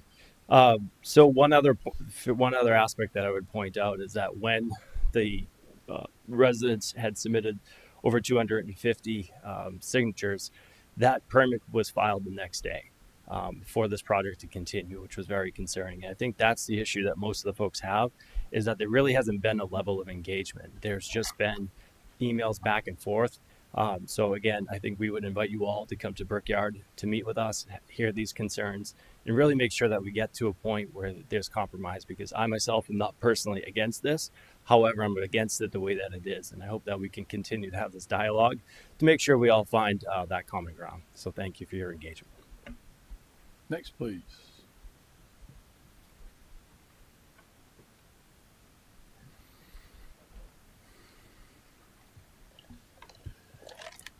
Good morning. My name's Carl Middlestaff. I reside at 2759 Gaston Gate in Mount Pleasant. You've heard a lot of requests and concerns of residents from Brickyard, as well as our HOA Vice President today, with numerous reasons to modify the scope of the proposed project. I'd also like to recognize the residents here that are here today to support and didn't speak. If any of you'd like to stand up, appreciate it. Thank you. And again, as other people have indicated, Councilman Rambo has indicated that he is against the proposed design of the Brickyard Parkway sidewalk. I'd also like to thank council persons Mike Tinky, Laura Hyatt, and John Acafano, who took the time to walk the proposed sidewalk with us, and after doing so, all agreed that the modified scope was the right decision. Also, candidate Catherine Whitaker walked the project scope and also believes the modified design is a better option for everyone. It provides the connectivity the town desires while minimizing the risk to the majority of the trees along the parkway, and also saves hundreds of thousands of dollars in construction costs, and could be accomplished with a very simple change order. Mayor Haney, Councilman Brownstein, Councilman Chapman, we invite you to walk the parkway as your colleagues have, so that we can show you why this is the right decision. Mr. DeMuro, I'd also like to, we'd like to invite you to walk the project with us, so you too can see the better design option we have, and contrast it to the higher cost and higher risk design that your staff is proposing to implement despite significant objection. I'll leave contact information here for anyone that wishes to arrange a tour at your earliest convenience. I'd also like to close with a comment on the town's arborist report that keeps getting held up, saying that it says that no damage will happen. That arborist report is far from complete in doing that. We've engaged a certified arborist to provide a truly independent view on the proposed design. This report is in process of being finalized, and we'll share that once it's completed. The arborist has identified significant concerns with cutting of roots and removal of elevation in the tree protection zone of several trees. This arborist is extremely well respected and happens to be a member of your tree protection task force. Thank you for your time in supporting achieving a better solution. Next, please.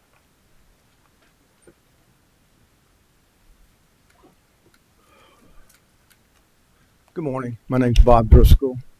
I've lived in Brickyard for 28 years, and I've watched the traffic grow at Highway 17 intersection. A lot of good comments. I'm going to skip over what people have already said, but I'm going to go right to my main point, is safety. The safety of anyone crossing Highway 17 leaving Brickyard. It's no, I shouldn't say this. A lot of people disregard a red light. Just the other day, I saw 2 dump trucks go through the red light at Brickyard. It wasn't yellow, it was red. Last night, leaving, 2 kids on e-bikes with no lights crossing across. Nobody looks at the walk, don't walk signs. If there's no traffic, they go. Okay. That's my number one issue, is safety. I don't really want any sidewalk leaving Brickyard crossing 17, especially for kids. And if you still decide to do it, I would recommend you start enforcing traffic violations, lower the speed limit, and during school, have school crossing guards. Okay. I wasn't planning on just 2.5 minutes. I had a lot more to say, but they've already said a lot of it. But I will tell you a true story of 3 kids riding bicycles, crossing the lane where a driver hit one. 2 made it across. The 3rd one didn't because the car didn't stop. The kid went up in the air, landed head first on the car, drug along the highway. He woke up with his head being sewn up, and his parents were looking down at him. I'm lucky to be alive today. That was me. Thank you. Thank you. Next, please.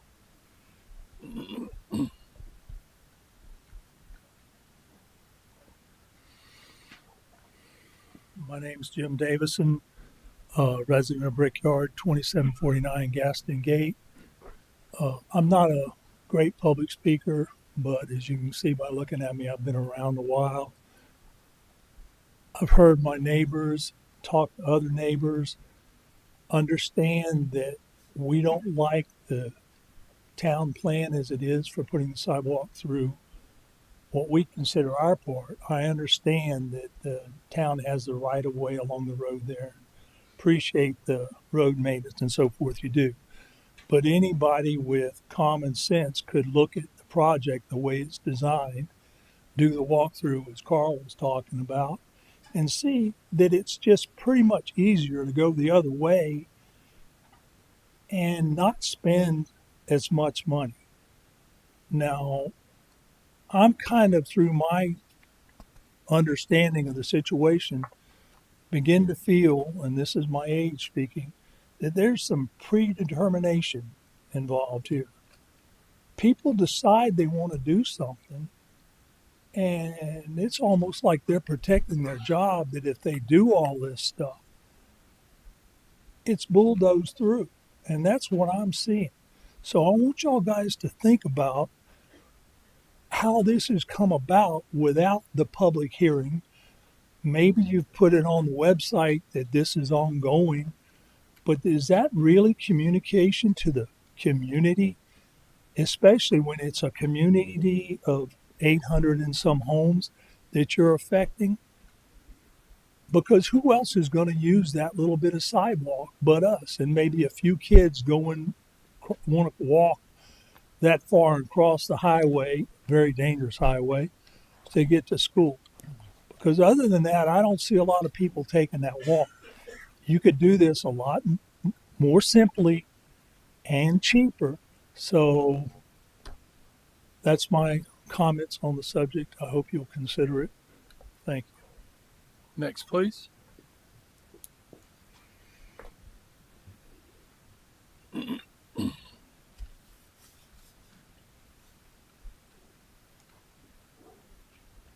My name is Mike Johnson. I live at 1304 Lake Bluff Court. That is in Mount Pleasant as well. And I agree with what's already been said. But what I do want to say today is I want to say thank you to the Transportation Committee. And the reason I want to say thank you is because over the last 11 years or so, I've run in this community over 1,000 miles, and I've seen so much improvement on our sidewalk. So what I mean is, if there's a crack in the sidewalk or it's raised up, the town takes the time to fix it. And that means so much to me, because if I were to trip and fall at my age, that would be the last of my running, okay? The other thing I wanted to add is the bridge. Now, a lot of people use that. We have a speed limit sign, or we have a speed limit for the bikes, okay? But it's not enforced. I've witnessed on one occasion, there was a special needs child that was going up the bridge. She was spooked because of a sound of a horn, and she ran out in front of a bike. Now, what I'm asking is, I know you guys can't comment on this, but if somebody would enforce those speed limits with the bikes. And again, I agree with everything these people are saying. The way the plan is right now, it's not a good plan, and that's from somebody who runs and walks an awful lot. So let's please take the time to consider it and do it right the first time. Thank you very much, everybody. Thank you. Next, please.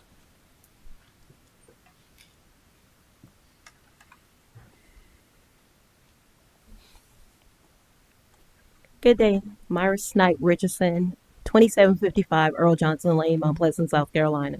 I'm here today to thank Mr. Tanky. I reached out to him on October 17th about a disabled veteran, 90-year-old disabled blind veteran in the 6 Mile community that had an issue with a dead animal right in front of his home.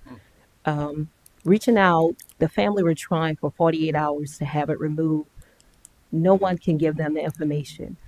With building and continuous building of our green space, cutting down, we're going to have more issues like that. So we just need to know, who do we contact when we're having those issues? When they did reach out to the town of Mount Pleasant, they say they don't do it anymore. It was on the side of a state highway. It was just a long process, but I truly thank him, because I reached out to him at 5 o'clock on Friday evening, and by 6 o'clock, he had an answer. By 7 o'clock Saturday morning, it was removed. So thank you to Mr. Tanky and the staff for coming out to help Mr. William Balaam in the 6 Mile community. Saying that with the new parkway that's going to be built with Billy Swell from Hamlin Road to 6 Mile Road, and also the recreation center. Are we going to have more issues with animals trying to find a new home? So please take in consideration when we're thinking about these projects, how we're affecting the wildlife in our community, how we're affecting our green space. And I just thank you again for all of your hard work, your dedication, and I thank you, sir, for being a bridge, that gap, to help Charleston County residents and Mount Pleasant work together as we find solutions to make this a better place for us. Thank you. Thank you. Next, please. Anyone else for public comment before it's closed? Last chance. Thank you. I'm David Mariner at 1482 Mossy Branch Way, representing the board. This is the rest of the board of our community. These are some pictures, and the concern is the evolving traffic and speeding in our community of Oaks Marsh View, and particularly pedestrian safety. Now, I recognize that the speed studies have been done.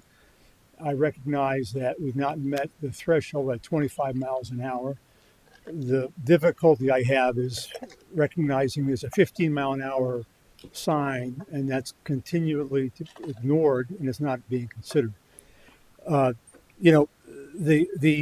I appreciate the traffic committee has to have a threshold, and I also understand there's a lot of complaints from a lot of neighbors and people, and I don't envy your position, Mayor and Council and Committee. I appreciate your time. I think it's important to read a letter from our mail carrier. This is a human speed study. I've been in the community for 8 years, and I've seen the evolution of the housing and the pedestrians and the speed. There's been a coalescence of events. We've had 2 mothers with strollers almost hit just a few weeks ago. We've had neighbors reporting to the police they've almost been hit. We've had kids almost hit. We've had police officers stopping speeders through a stop sign. But this is the human speed study, if you will, that I want to read, and then I'll close and end my time. To whom it may concern, as the regular mail carrier to the Oaks at Marsh View, since there were only several houses built there, I've noticed significant traffic congestion between Kincannon and Harbor Gate Boulevard. Operators of vehicles, golf carts, and other modes of transportation seem to have complete disregard for the fact they are driving in a residential area. So much so, out of concern for my safety, I no longer cross the street there on foot. It is my belief speed bumps would help in slowing down these drivers, as it has been effective on Main Canal, where I also deliver. Respectfully, Shannon Webster.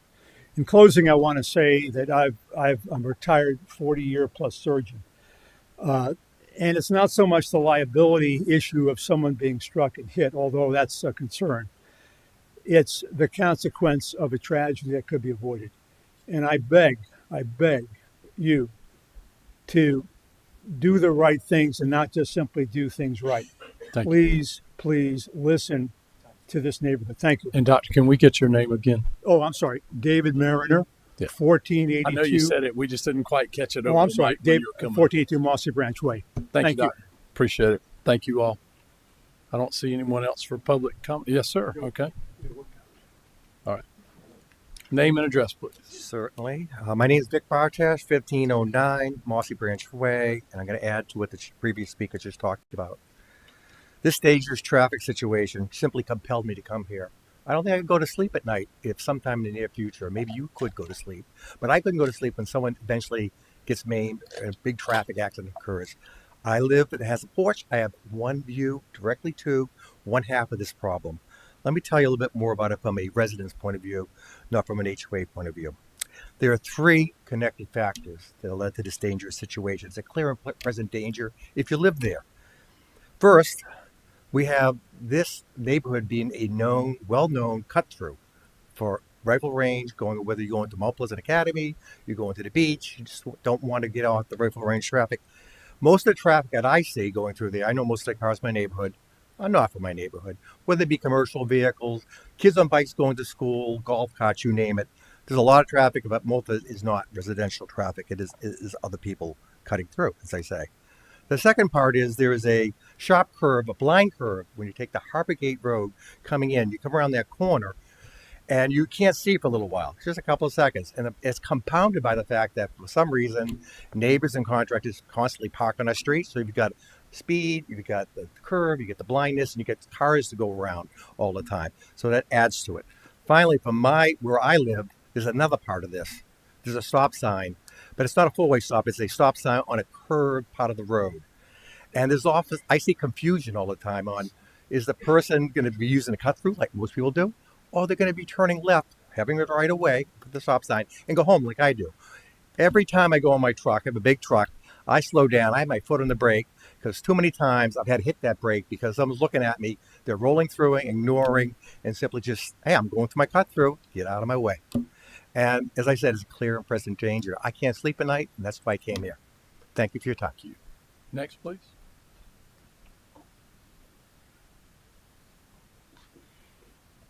Yeah, hi. Good morning. Joe Faust, 1471 Mossy Branch Way, the Oaks at Marsh View. Also here to kind of voice and advocate for traffic calming speed bumps in our community. I serve on the board. This has been an issue as the community has gotten, I guess, kind of more popular and the cut through has become more known. I'd say the prevalence of the threat and the risk to the pedestrians has grown exponentially.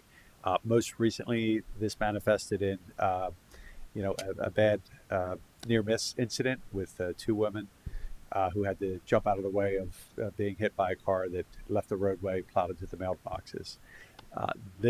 That scenario is emblematic of what's been occurring, kind of reached a critical point for the community. So this was a near miss. There's been other smaller near misses for the community.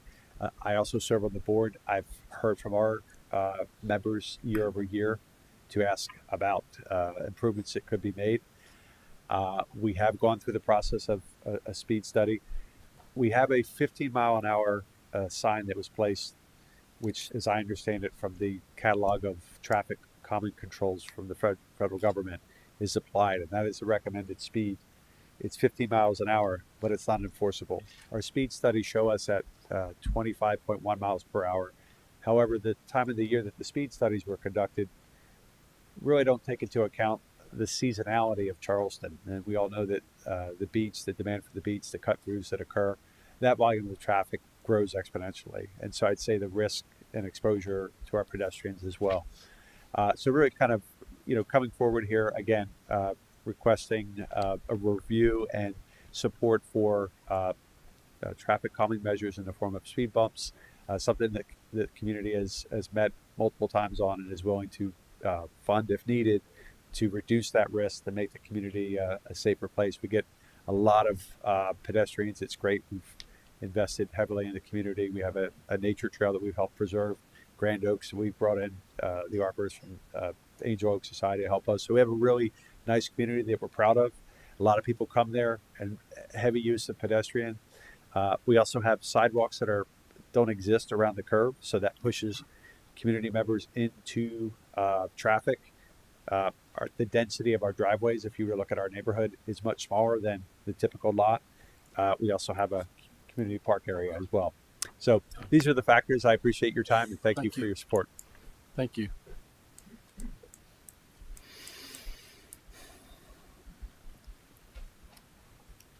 Good morning, Perry Rowan, 2004 Brickhill Parkway. Just wanted to come this morning and voice my support for the residents of the Oaks and the traffic calming measures they're asking for. I've spoken with many of the residents in that neighborhood, and definitely you've had the research of the traffic studies, but I think really you got to take into consideration of what's happening in real life in that subdivision in that area, and I hope that y'all will give a recommendation to pursue that. And also, after hearing the conversations today with the residents of Brickyard, I hope council will consider revisiting the reroute of that sidewalk as well. Thank you.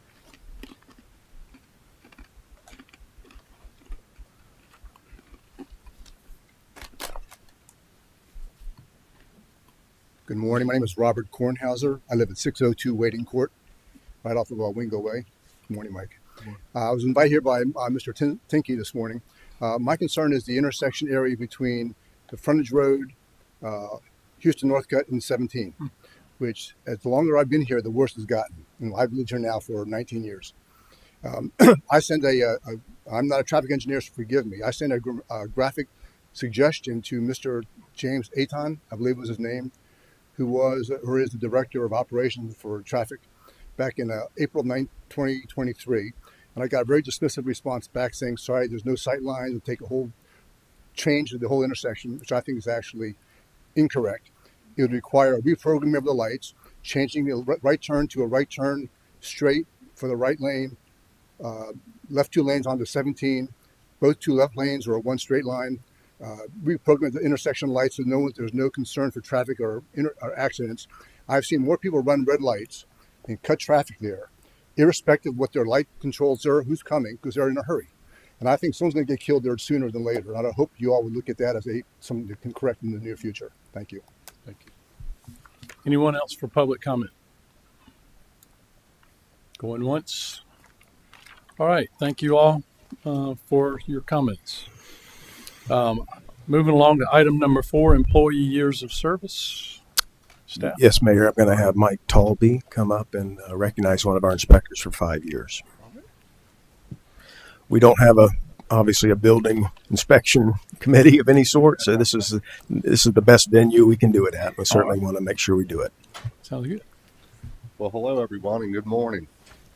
First, I'd like to thank everybody for taking this time to recognize and congratulate Mr. Christopher Davis for his 5 years of dedicated service with the town. For those of you who don't know Chris, with your permission, I'd like to tell you a little bit about him.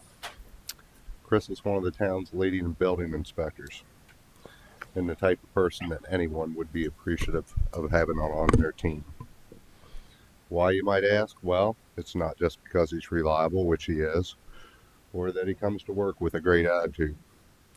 It's also because he knows how to get the job done. And if that means going above and beyond, Chris has always been willing to do so, without question or complaint. And that means a lot. Just a couple examples of how he's done that in the past. He's always taken time out of his busy schedule to help train the other inspectors. And he's always done that for the town people, the residents of the town. There's times where he's worked after hours just to make sure a homeowner doesn't go without power through the night because their contractor either didn't prepare for the job or just ran into unexpected delays. And it's that kind of dedication that why Chris is so admired and respected, not just by his fellow inspectors, but it's with the department as a whole. But for me, I think one of the things I most admire about Chris, other than the fact that he's a dedicated family man, is that he truly cares about what he does. Chris understands that his primary mission, his job, is to protect the people that live and work in the town of Mount Pleasant. And he does so by enforcing the codes, which doesn't always result in a reaction of appreciation that one would expect.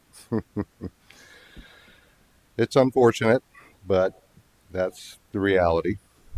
And despite this, Chris gets up each morning, puts his boots on, and comes into work because he knows what he does is important. And to me, that's what sets him apart. That's what makes him special. Lastly, I would like to express to Chris how fortunate I feel to have him as a member of our team. And it's my hope that the people in the town will have somebody like you looking out for their best interests for many more years to come. And with that said, Chris, I'd like to say congratulations again, and thank you for all your hard work throughout these last 5 years.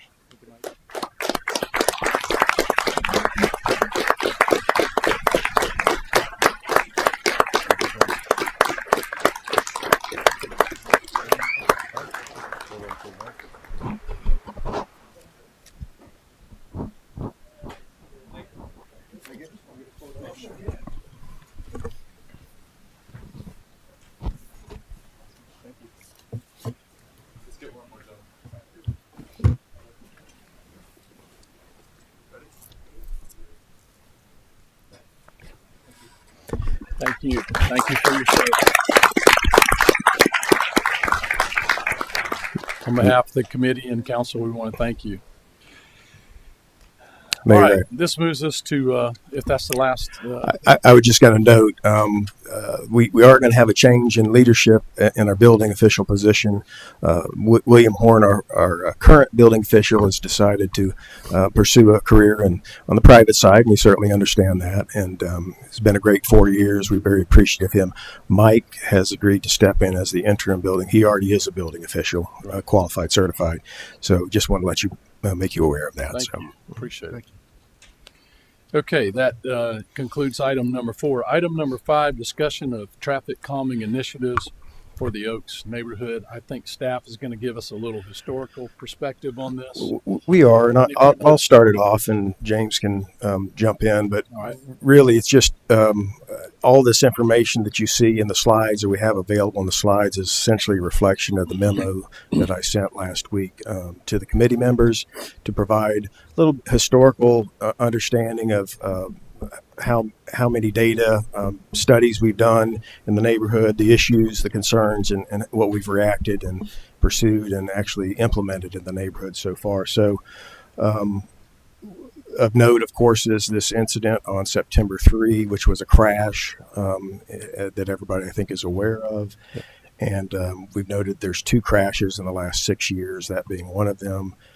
And for perspective for everybody, when was this neighborhood completed? 2019, it was fully completed. Got it. So that's why I reference 6 years, right? Because that's pretty much when your traffic volumes are going to settle in. So a lot of data here, a lot of data in the memo talking about the speed in the neighborhood. We don't have the combined 85th percentile for all the studies, but we have the individual 85th percentiles. We've provided those to you. That's really a good indicator of speed compliance, and it's likely to be around the 25 mile per hour range, which is the speed limit. Once again, can you go back a slide real quick? I'm sorry to interrupt. Got to stop pushing. There we go. When it just for everybody's edification, because we work with this all the time. When it says does not meet minimum speed threshold, for everybody's edification, that threshold is set by? That's set by our traffic calming program, which is a minimum of 5.0 miles per hour, the 85th percentile being 5.0 miles per hour above the posted speed limit. So that would have to be 30 miles. You'd have to have a speed limit, 85th percentile at 30, above 30 to qualify for the program. Okay. And of course, there's also a petition requirement for that program also. Right. Okay, thank you. So I'm not going to, there's a lot of data. I'm not going to get into it. A few of the takeaways, of course, are the volume is about 400 per day on that segment of road, and the speed's about 25 miles per hour for the 85th percentile. Okay, and there was a study for traffic calming measures done in September, Yes, sir.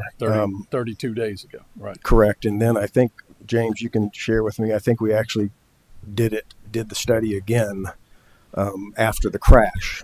I think we've done it prior to the crash and then after the crash. And of course, that data was nearly very similar. Okay. And what about the enforcement? You go ahead and take the enforcement. Yeah, so we, of course, have been working with our police department to make them aware of this concern, especially post-accident, which obviously they were. And I know that, and the chief can likely speak to it, but in dealing with our Deputy Chief Pat Carter and our traffic captain Eric Postel, they have been stepping up enforcement in this area. One of our speed studies we redid because they were out there and had a cop car posted out there that Brad mentioned as a second study that was conducted for this most recent traffic calming. So they are out there, they are eyes on and enforcing, much more than they I think were previously, paying again close attention to it after this accident occurred. Okay, and so citations have been issued. I am not aware of any citations being issued. I know that they did put their driver feedback, their mobile driver feedback sign out there, which also collects data as well. very reflective of the 85th percentile speeds that we have shared with you today. But I am not aware of any citations other than the one issued for the accident. They that's have mentioned. issued citations both for running the stop sign as well as speeding in the neighborhood. Okay. Thank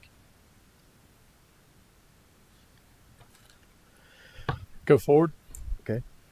So what are our options? What options are there besides enforcement? And again, nobody up here can direct the activities of police. That's a staff thing. If y'all need guidance from us or anything like that, we can do that, but we can't direct police in their activities. That's the law. But what are our legal options to make this a safer situation? Well, there's the traffic calming program itself that we have, and it's obvious that I wouldn't say, I'm not diminishing any of the concerns here, but as far as what the data is showing, there's not a speed problem at the locations that we're testing. So the only thing you can do outside, and now council can do anything they want to as far as going outside of the program and saying we're going to do this for special circumstances. From what we understand, if these circumstances in this neighborhood do something different, that could be installing traffic calming if you wanted to. I think staff has done everything they can at this point as far as the 15 mile per hour is an advisory speed limit sign. It is enforceable, but by state law. But that's just for the curve. That's not for the road. So we have done about everything. Is that set by state regulation? That's set by us understanding the design speed of the curb as well as just the speed limit's 25. So typically you go 10 below that. So that's why it's at 15. Okay, and that's for the curb. Yes, sir. That's from the curb coming from Harbor Gate. So signage. We've placed some signage, some advanced signage for the curve. You could start prohibiting parking in the street. One of the things we did discuss, discussed with Mr. Tinky, was the ability to move the mailboxes to what's the name of the street? Lauren Day. Yes, it's actually a park area with on-street parking. It's probably a better location for people stopping and not getting around an intersection. To be blocking views. So that's one of the considerations. That's not something the town would do. That's certainly a recommendation for the neighborhood. But other than that, really for curvature, you can look at pavement markings within the curves, and that's about it as far as starting, as far as not physically restricting something with a speed hump. Yes, sir. First of all, thanks for all of the efforts in terms of investigation, because the investigations help us to understand what the conditions are on the street with not only the traffic speeds, but also the conditions on the road. The accident that occurred where the two ladies were saved from the driver, I seem to remember there was something in the analysis that we were given that told us about this particular individual. Can you present the information about that individual and how many citations he had and what his conditions were? Yes, sir. I'm not going to give any names, but just obviously you can give the condition. Yes. With this individual. Since 2019, he's had 12 citations for traffic violations. Okay. And that's including the 3 that he received for September 3. And were there not an additional one for his condition in particular? This is what we have from the police department. I only have that information. I understand he might have had a citation for DUI. That's why I asked.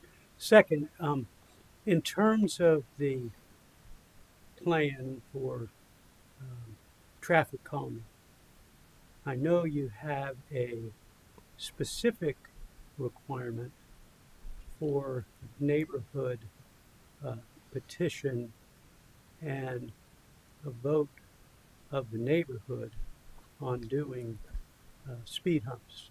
Is that not true? Yes, sir. And so that particular condition, right now, the specifics are you don't even do that until the 85th percentile speed is higher than the existing. Right. And so if we were to ask that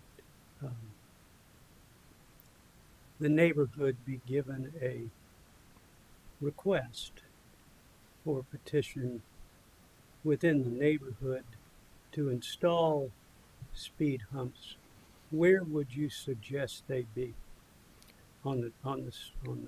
Where would the speed humps be located? Yeah. There's really only one, perhaps two portions of the road. We don't have them. You could look between curve 1 and curve 2 on that graphic. That's the straightaway. That's the section I think is really the main part of the neighborhood. You could also consider, although there's not that as many houses along Kincannon Drive, but that's a straight stretch of roadway that you could do that. Right. Okay.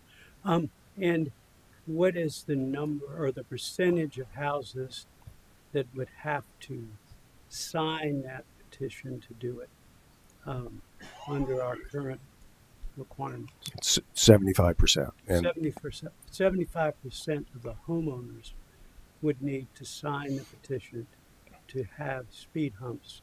When you send that out, would you say where the location was, or would you have to make that determination on your own? We normally make that determination based on the speed data, but in this instance, there's very limited locations that we could put them, the ones I just spoke of. The 75% is really 75% of the affected neighborhood. In this case, I think you can say that the whole neighborhood's affected, so we'd probably include the entire neighborhood in the petition area.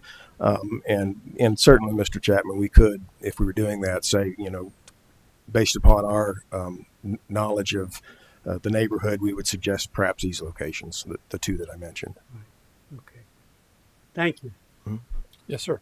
Yes, thank you, Mr. Chair, and thank you to the residents for coming out today. One thing I was struck about at the public comment at our last council meeting was, number one, the incidents that have occurred there. And then number two, there was a gentleman who stood up and said essentially that our speed calming program should provide a framework for making these types of discussions, but sometimes some special circumstances may dictate a slight deviation from it. This is a neighborhood that has a lot of children, a lot of families. We've had some near misses, which could have been tragedies. It's also somewhat of a cut through. So in my assessment, I think this may be one of those situations where we should make a deviation. And I like where Mr. Chapman was going with the petition. So I'd like to make a motion that we recommend the addition of speed bumps in this neighborhood, provided they meet the 75% threshold on the petition. We have a motion. Is there a second? I'll second. All right, we have a second. All right, yes, sir. We're in discussion. Well, I think given what we've heard, I think it would be difficult to meet that 75, so it might be a moot point. My observation is that the area is very limited. You have a 15-mile-an-hour curve there, and therefore the distance between those 2 points is sort of hard to get up to 25 mile an hour. It's a very short distance. So what happens is there's some blind areas and there's some difficulties there in seeing. So I would not be in favor of the motion of the 75%. I'd be in favor of the motion for the quieting there. Although I do feel like it's important to be consistent in how you go about these things.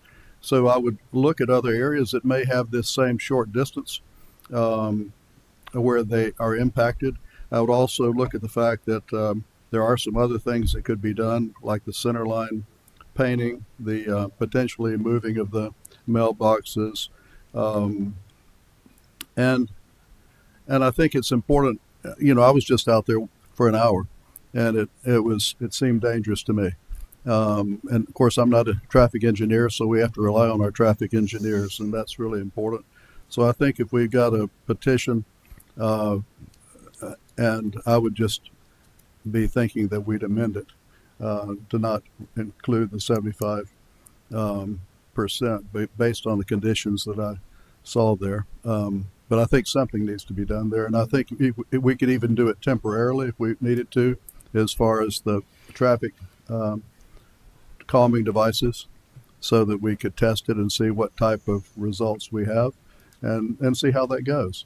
But there's a lot of kids, a lot of dogs, a lot of people there, and I think and I do see the cut through, and I do see issues where there's been problems in just the time I was there.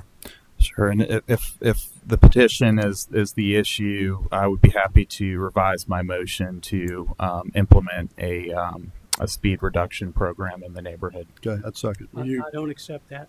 You don't? Okay. We have a number of people here today.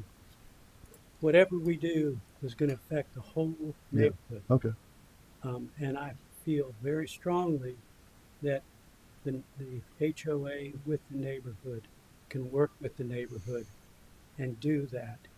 It's important that there be buy-in, because whatever we do needs to satisfy the whole neighborhood. And I think we can do that with their help. Sure. So, What do you mean? the center line's going to be nice, but the real important thing is effectively stopping for the whole neighborhood and slowing down the traffic coming in. Right. The speed hump by itself is going to automatically do that for this short period of street.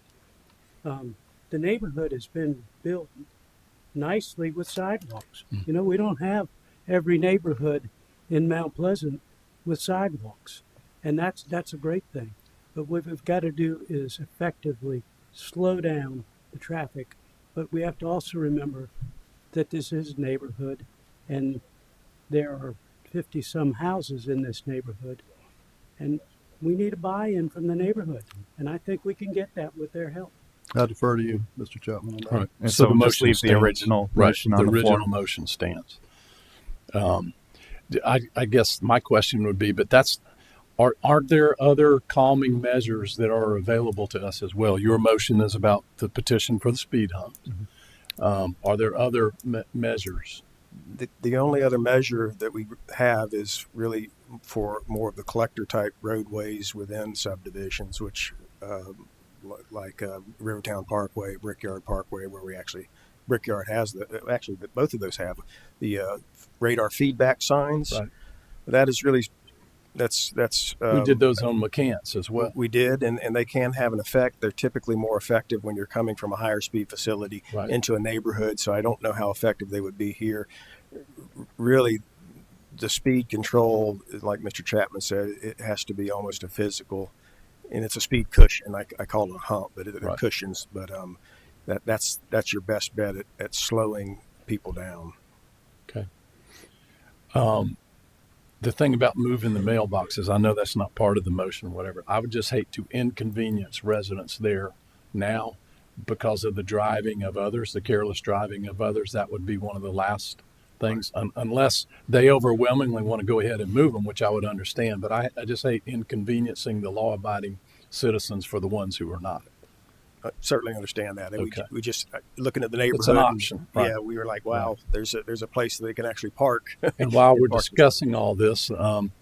Demura and Chief, we can't direct that, but I mean, enforcement is the quickest. We don't need a petition for enforcement if y'all will consider that.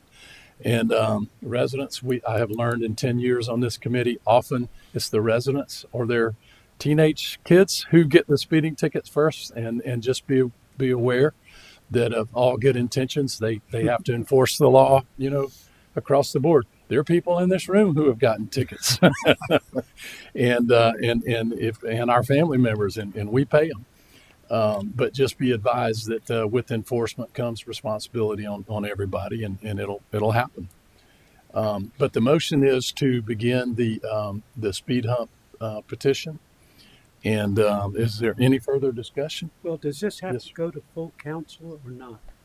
No, sir. I don't believe so. We, just I wanted mean, to we ask- typically I haven't just wanted done to that. ask that question. Yeah, it never has. Okay. All right. All in favor, please say aye. Aye. Any opposed? All right. Motion carries. How soon can that get started? Can you hand it today. to them as they walk out the door?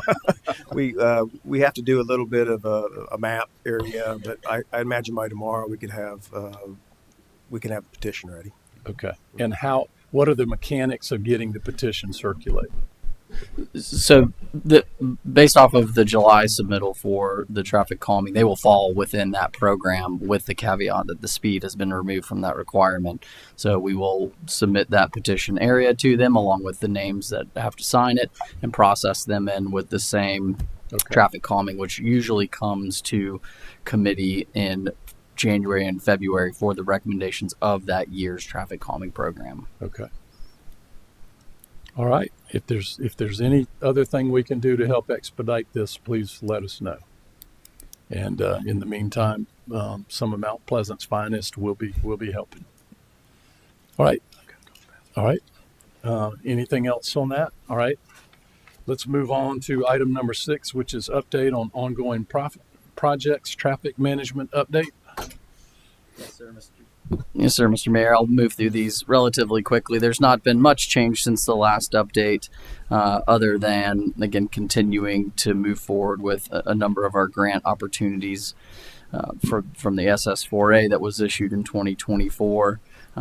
Other traffic calming implementations throughout the town as concepts, and then continuing with CTC and TST projects. This is a safety plan, action plan projects that I've mentioned. We will be coming to bids and purchasing likely next month with a rather large package of the design components for these access management, non-motorized, and intersection upgrade projects. And that's the update for that. If you have any questions, I can move on to highlight. And I may be early, but do you have anything for our project? I think that's going to bid at the intersection of Wingo Way and Mathis Ferry Road. Yes, sir. I have those under the. Mentioned during during public comment period. Yes, sir. But the Mathis Ferry intersection, again, I'll have to reference back to that particular email, and I think a lot of the issues revolved around the sight distance concerns, the backing up of traffic from 17 through the frontage road, and ways to address that. Of course, we do have that active project of restriping the Mathis Ferry approach to the Wingo Way intersection, which that work will begin this month and likely be completed this month to address that.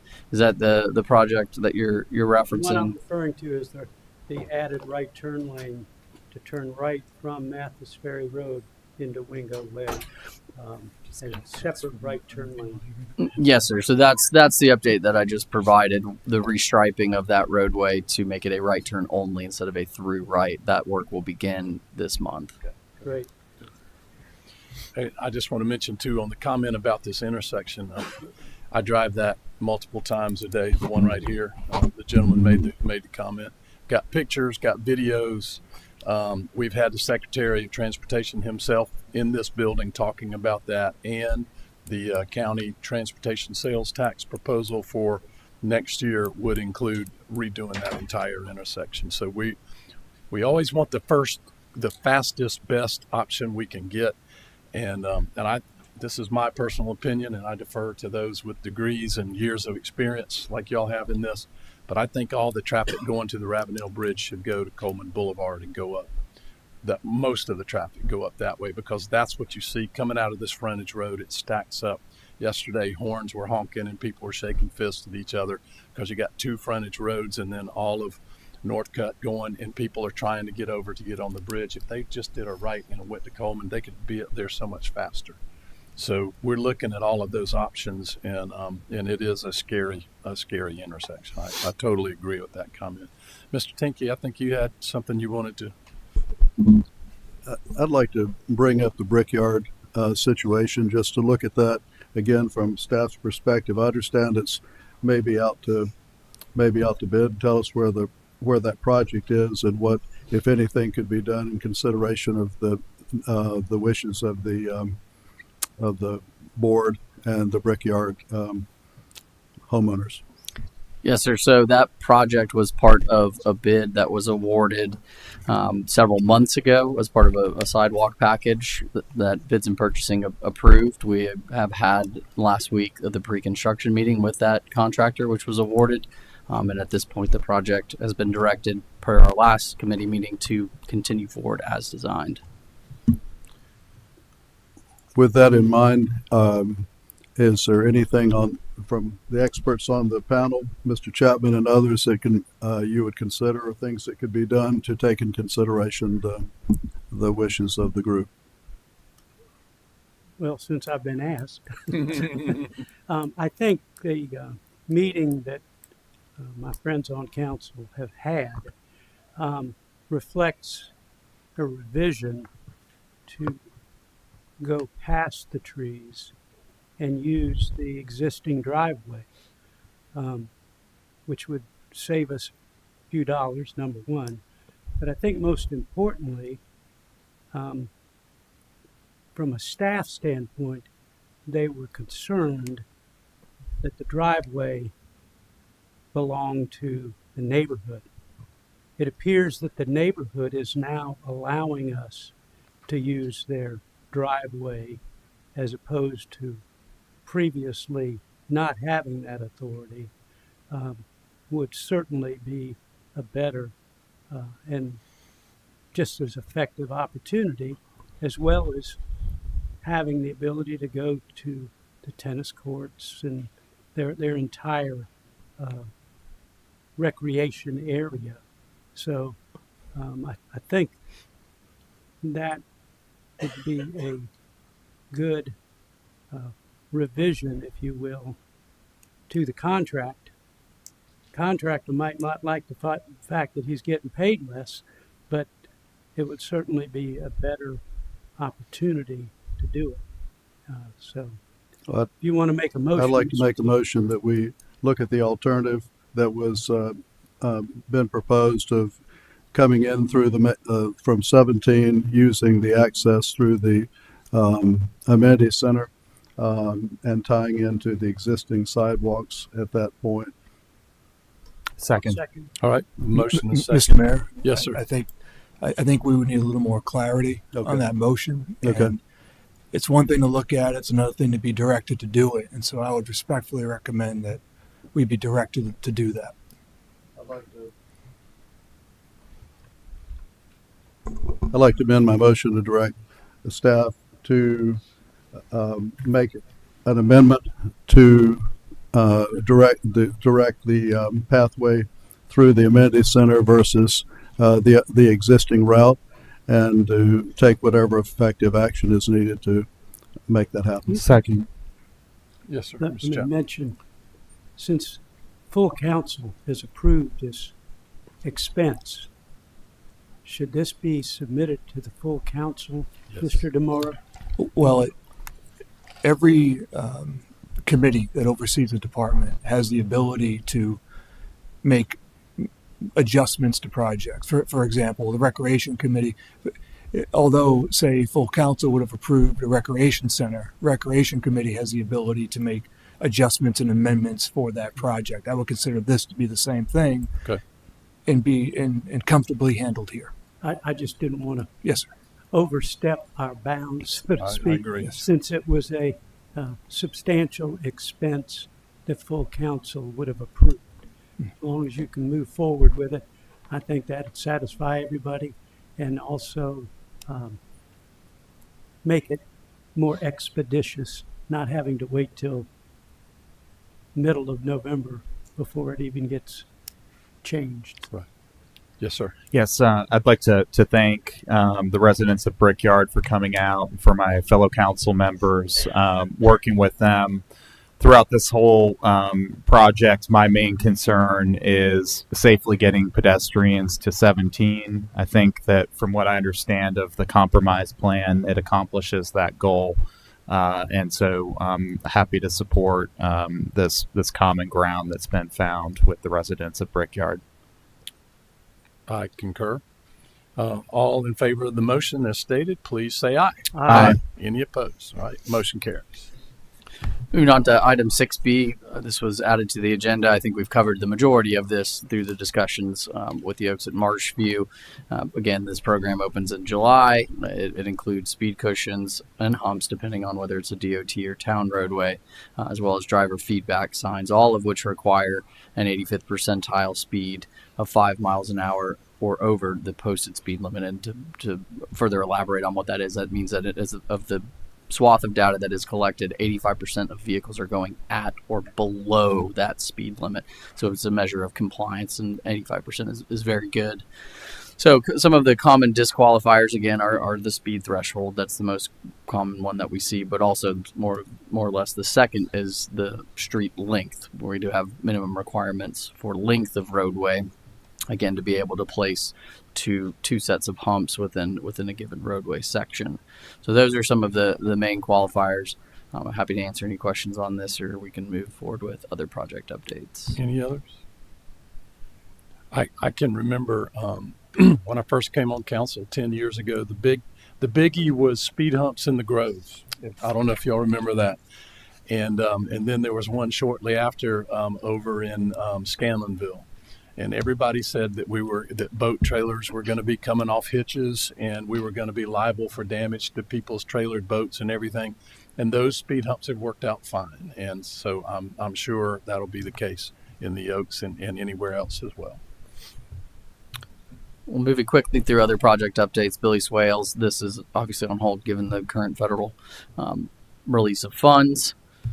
Park West Boulevard in Stockdale is still under design and looking to begin that right-of-way and easement acquisition process. And since this was kind of fast-tracked, are we still on that fast track? Have there been any holdups on that at all? No, sir. We have all permits in hand, and it's simply a release of the funding that we're waiting on. Great. All-American Boulevard, this project is wrapping up punch list items. We do have a ribbon cutting November 12th at 11 a.m. on site. More details to follow on that. Great. Shim Creek Bridge bike lanes. Again, this project is nearing completion as well, with the ribbon cutting on November 7th at 10 a.m. on site. Those details will come through communications as well.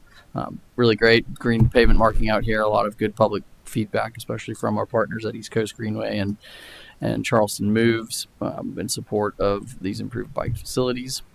516 Coleman, we've received bids and are working to revise the scope of that project to stay within budget. Mount Pleasant Way sections this morning, I think probably the biggest one is the Scanlonville Praise House and Mount Pleasant or Mount Mathis Ferry 5th to Eagle Trail were awarded for construction. That does include that $2.3 million of legislative allocation that was awarded in 2024. Kenny Mile continues to move through the right-of-way acquisition process, and then we also got a $150,000 grant from the South Carolina Heritage Corridor. So the separate project of the Scanlonville Praise House Parklet is the National Heritage Corridor. That project is still out to bid, had to be bid separate due to the federal grant requirements. And then a slew of over 9 miles of the path, it will begin design as part of that Safety Action Plan and SS4A grant funding. And then lastly, some bike and pedestrian updates.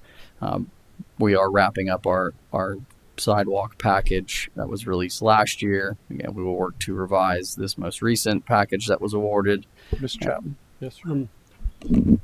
During bids and purchase, I mentioned this, but I want to congratulate staff for their willingness to work with the neighborhoods with the widths and saving trees for the bike program, the bike path program.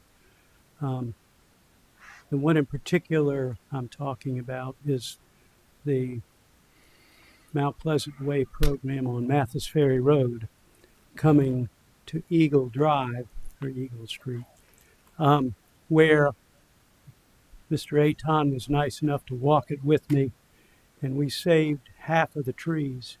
Number one, that we're going to be taken down that the architect or contractor thought should be taken down. And number two, the fact that widths of these sidewalks don't have to be 12 feet. They don't have to be 10 feet. They can be installed with a reasonable width to save trees and to save property in neighborhoods.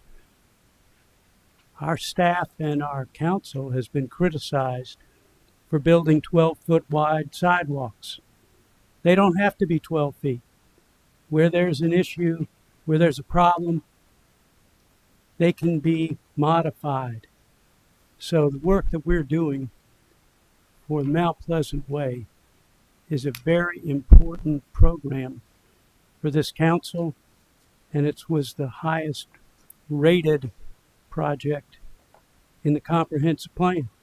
So thank you very much for all staff is doing to move forward and to make revisions where necessary to still get part of Mount Pleasant Way built. So thank you very much. Great. And that essentially wraps up the updates unless there's any project specific. Yes, sir. Mr. Tinky. In the Patriots Point area, that doesn't include at all the area down by the harbor, does it? That would go from Waterfront Park on the harbor side to the Battleship or to that area of the waterfront. That's a different area, correct? Yes, sir. That's different. This is referencing the recently completed section of 5-foot sidewalk that was converted to a 10-foot shared use path. In the Patriots Point Trail, correct? Correct. Okay. Yes, sir. Thank you. Anything else? No other updates? All right, that concludes item 6 on our agenda. Item 7 is to adjourn. We stand adjourned.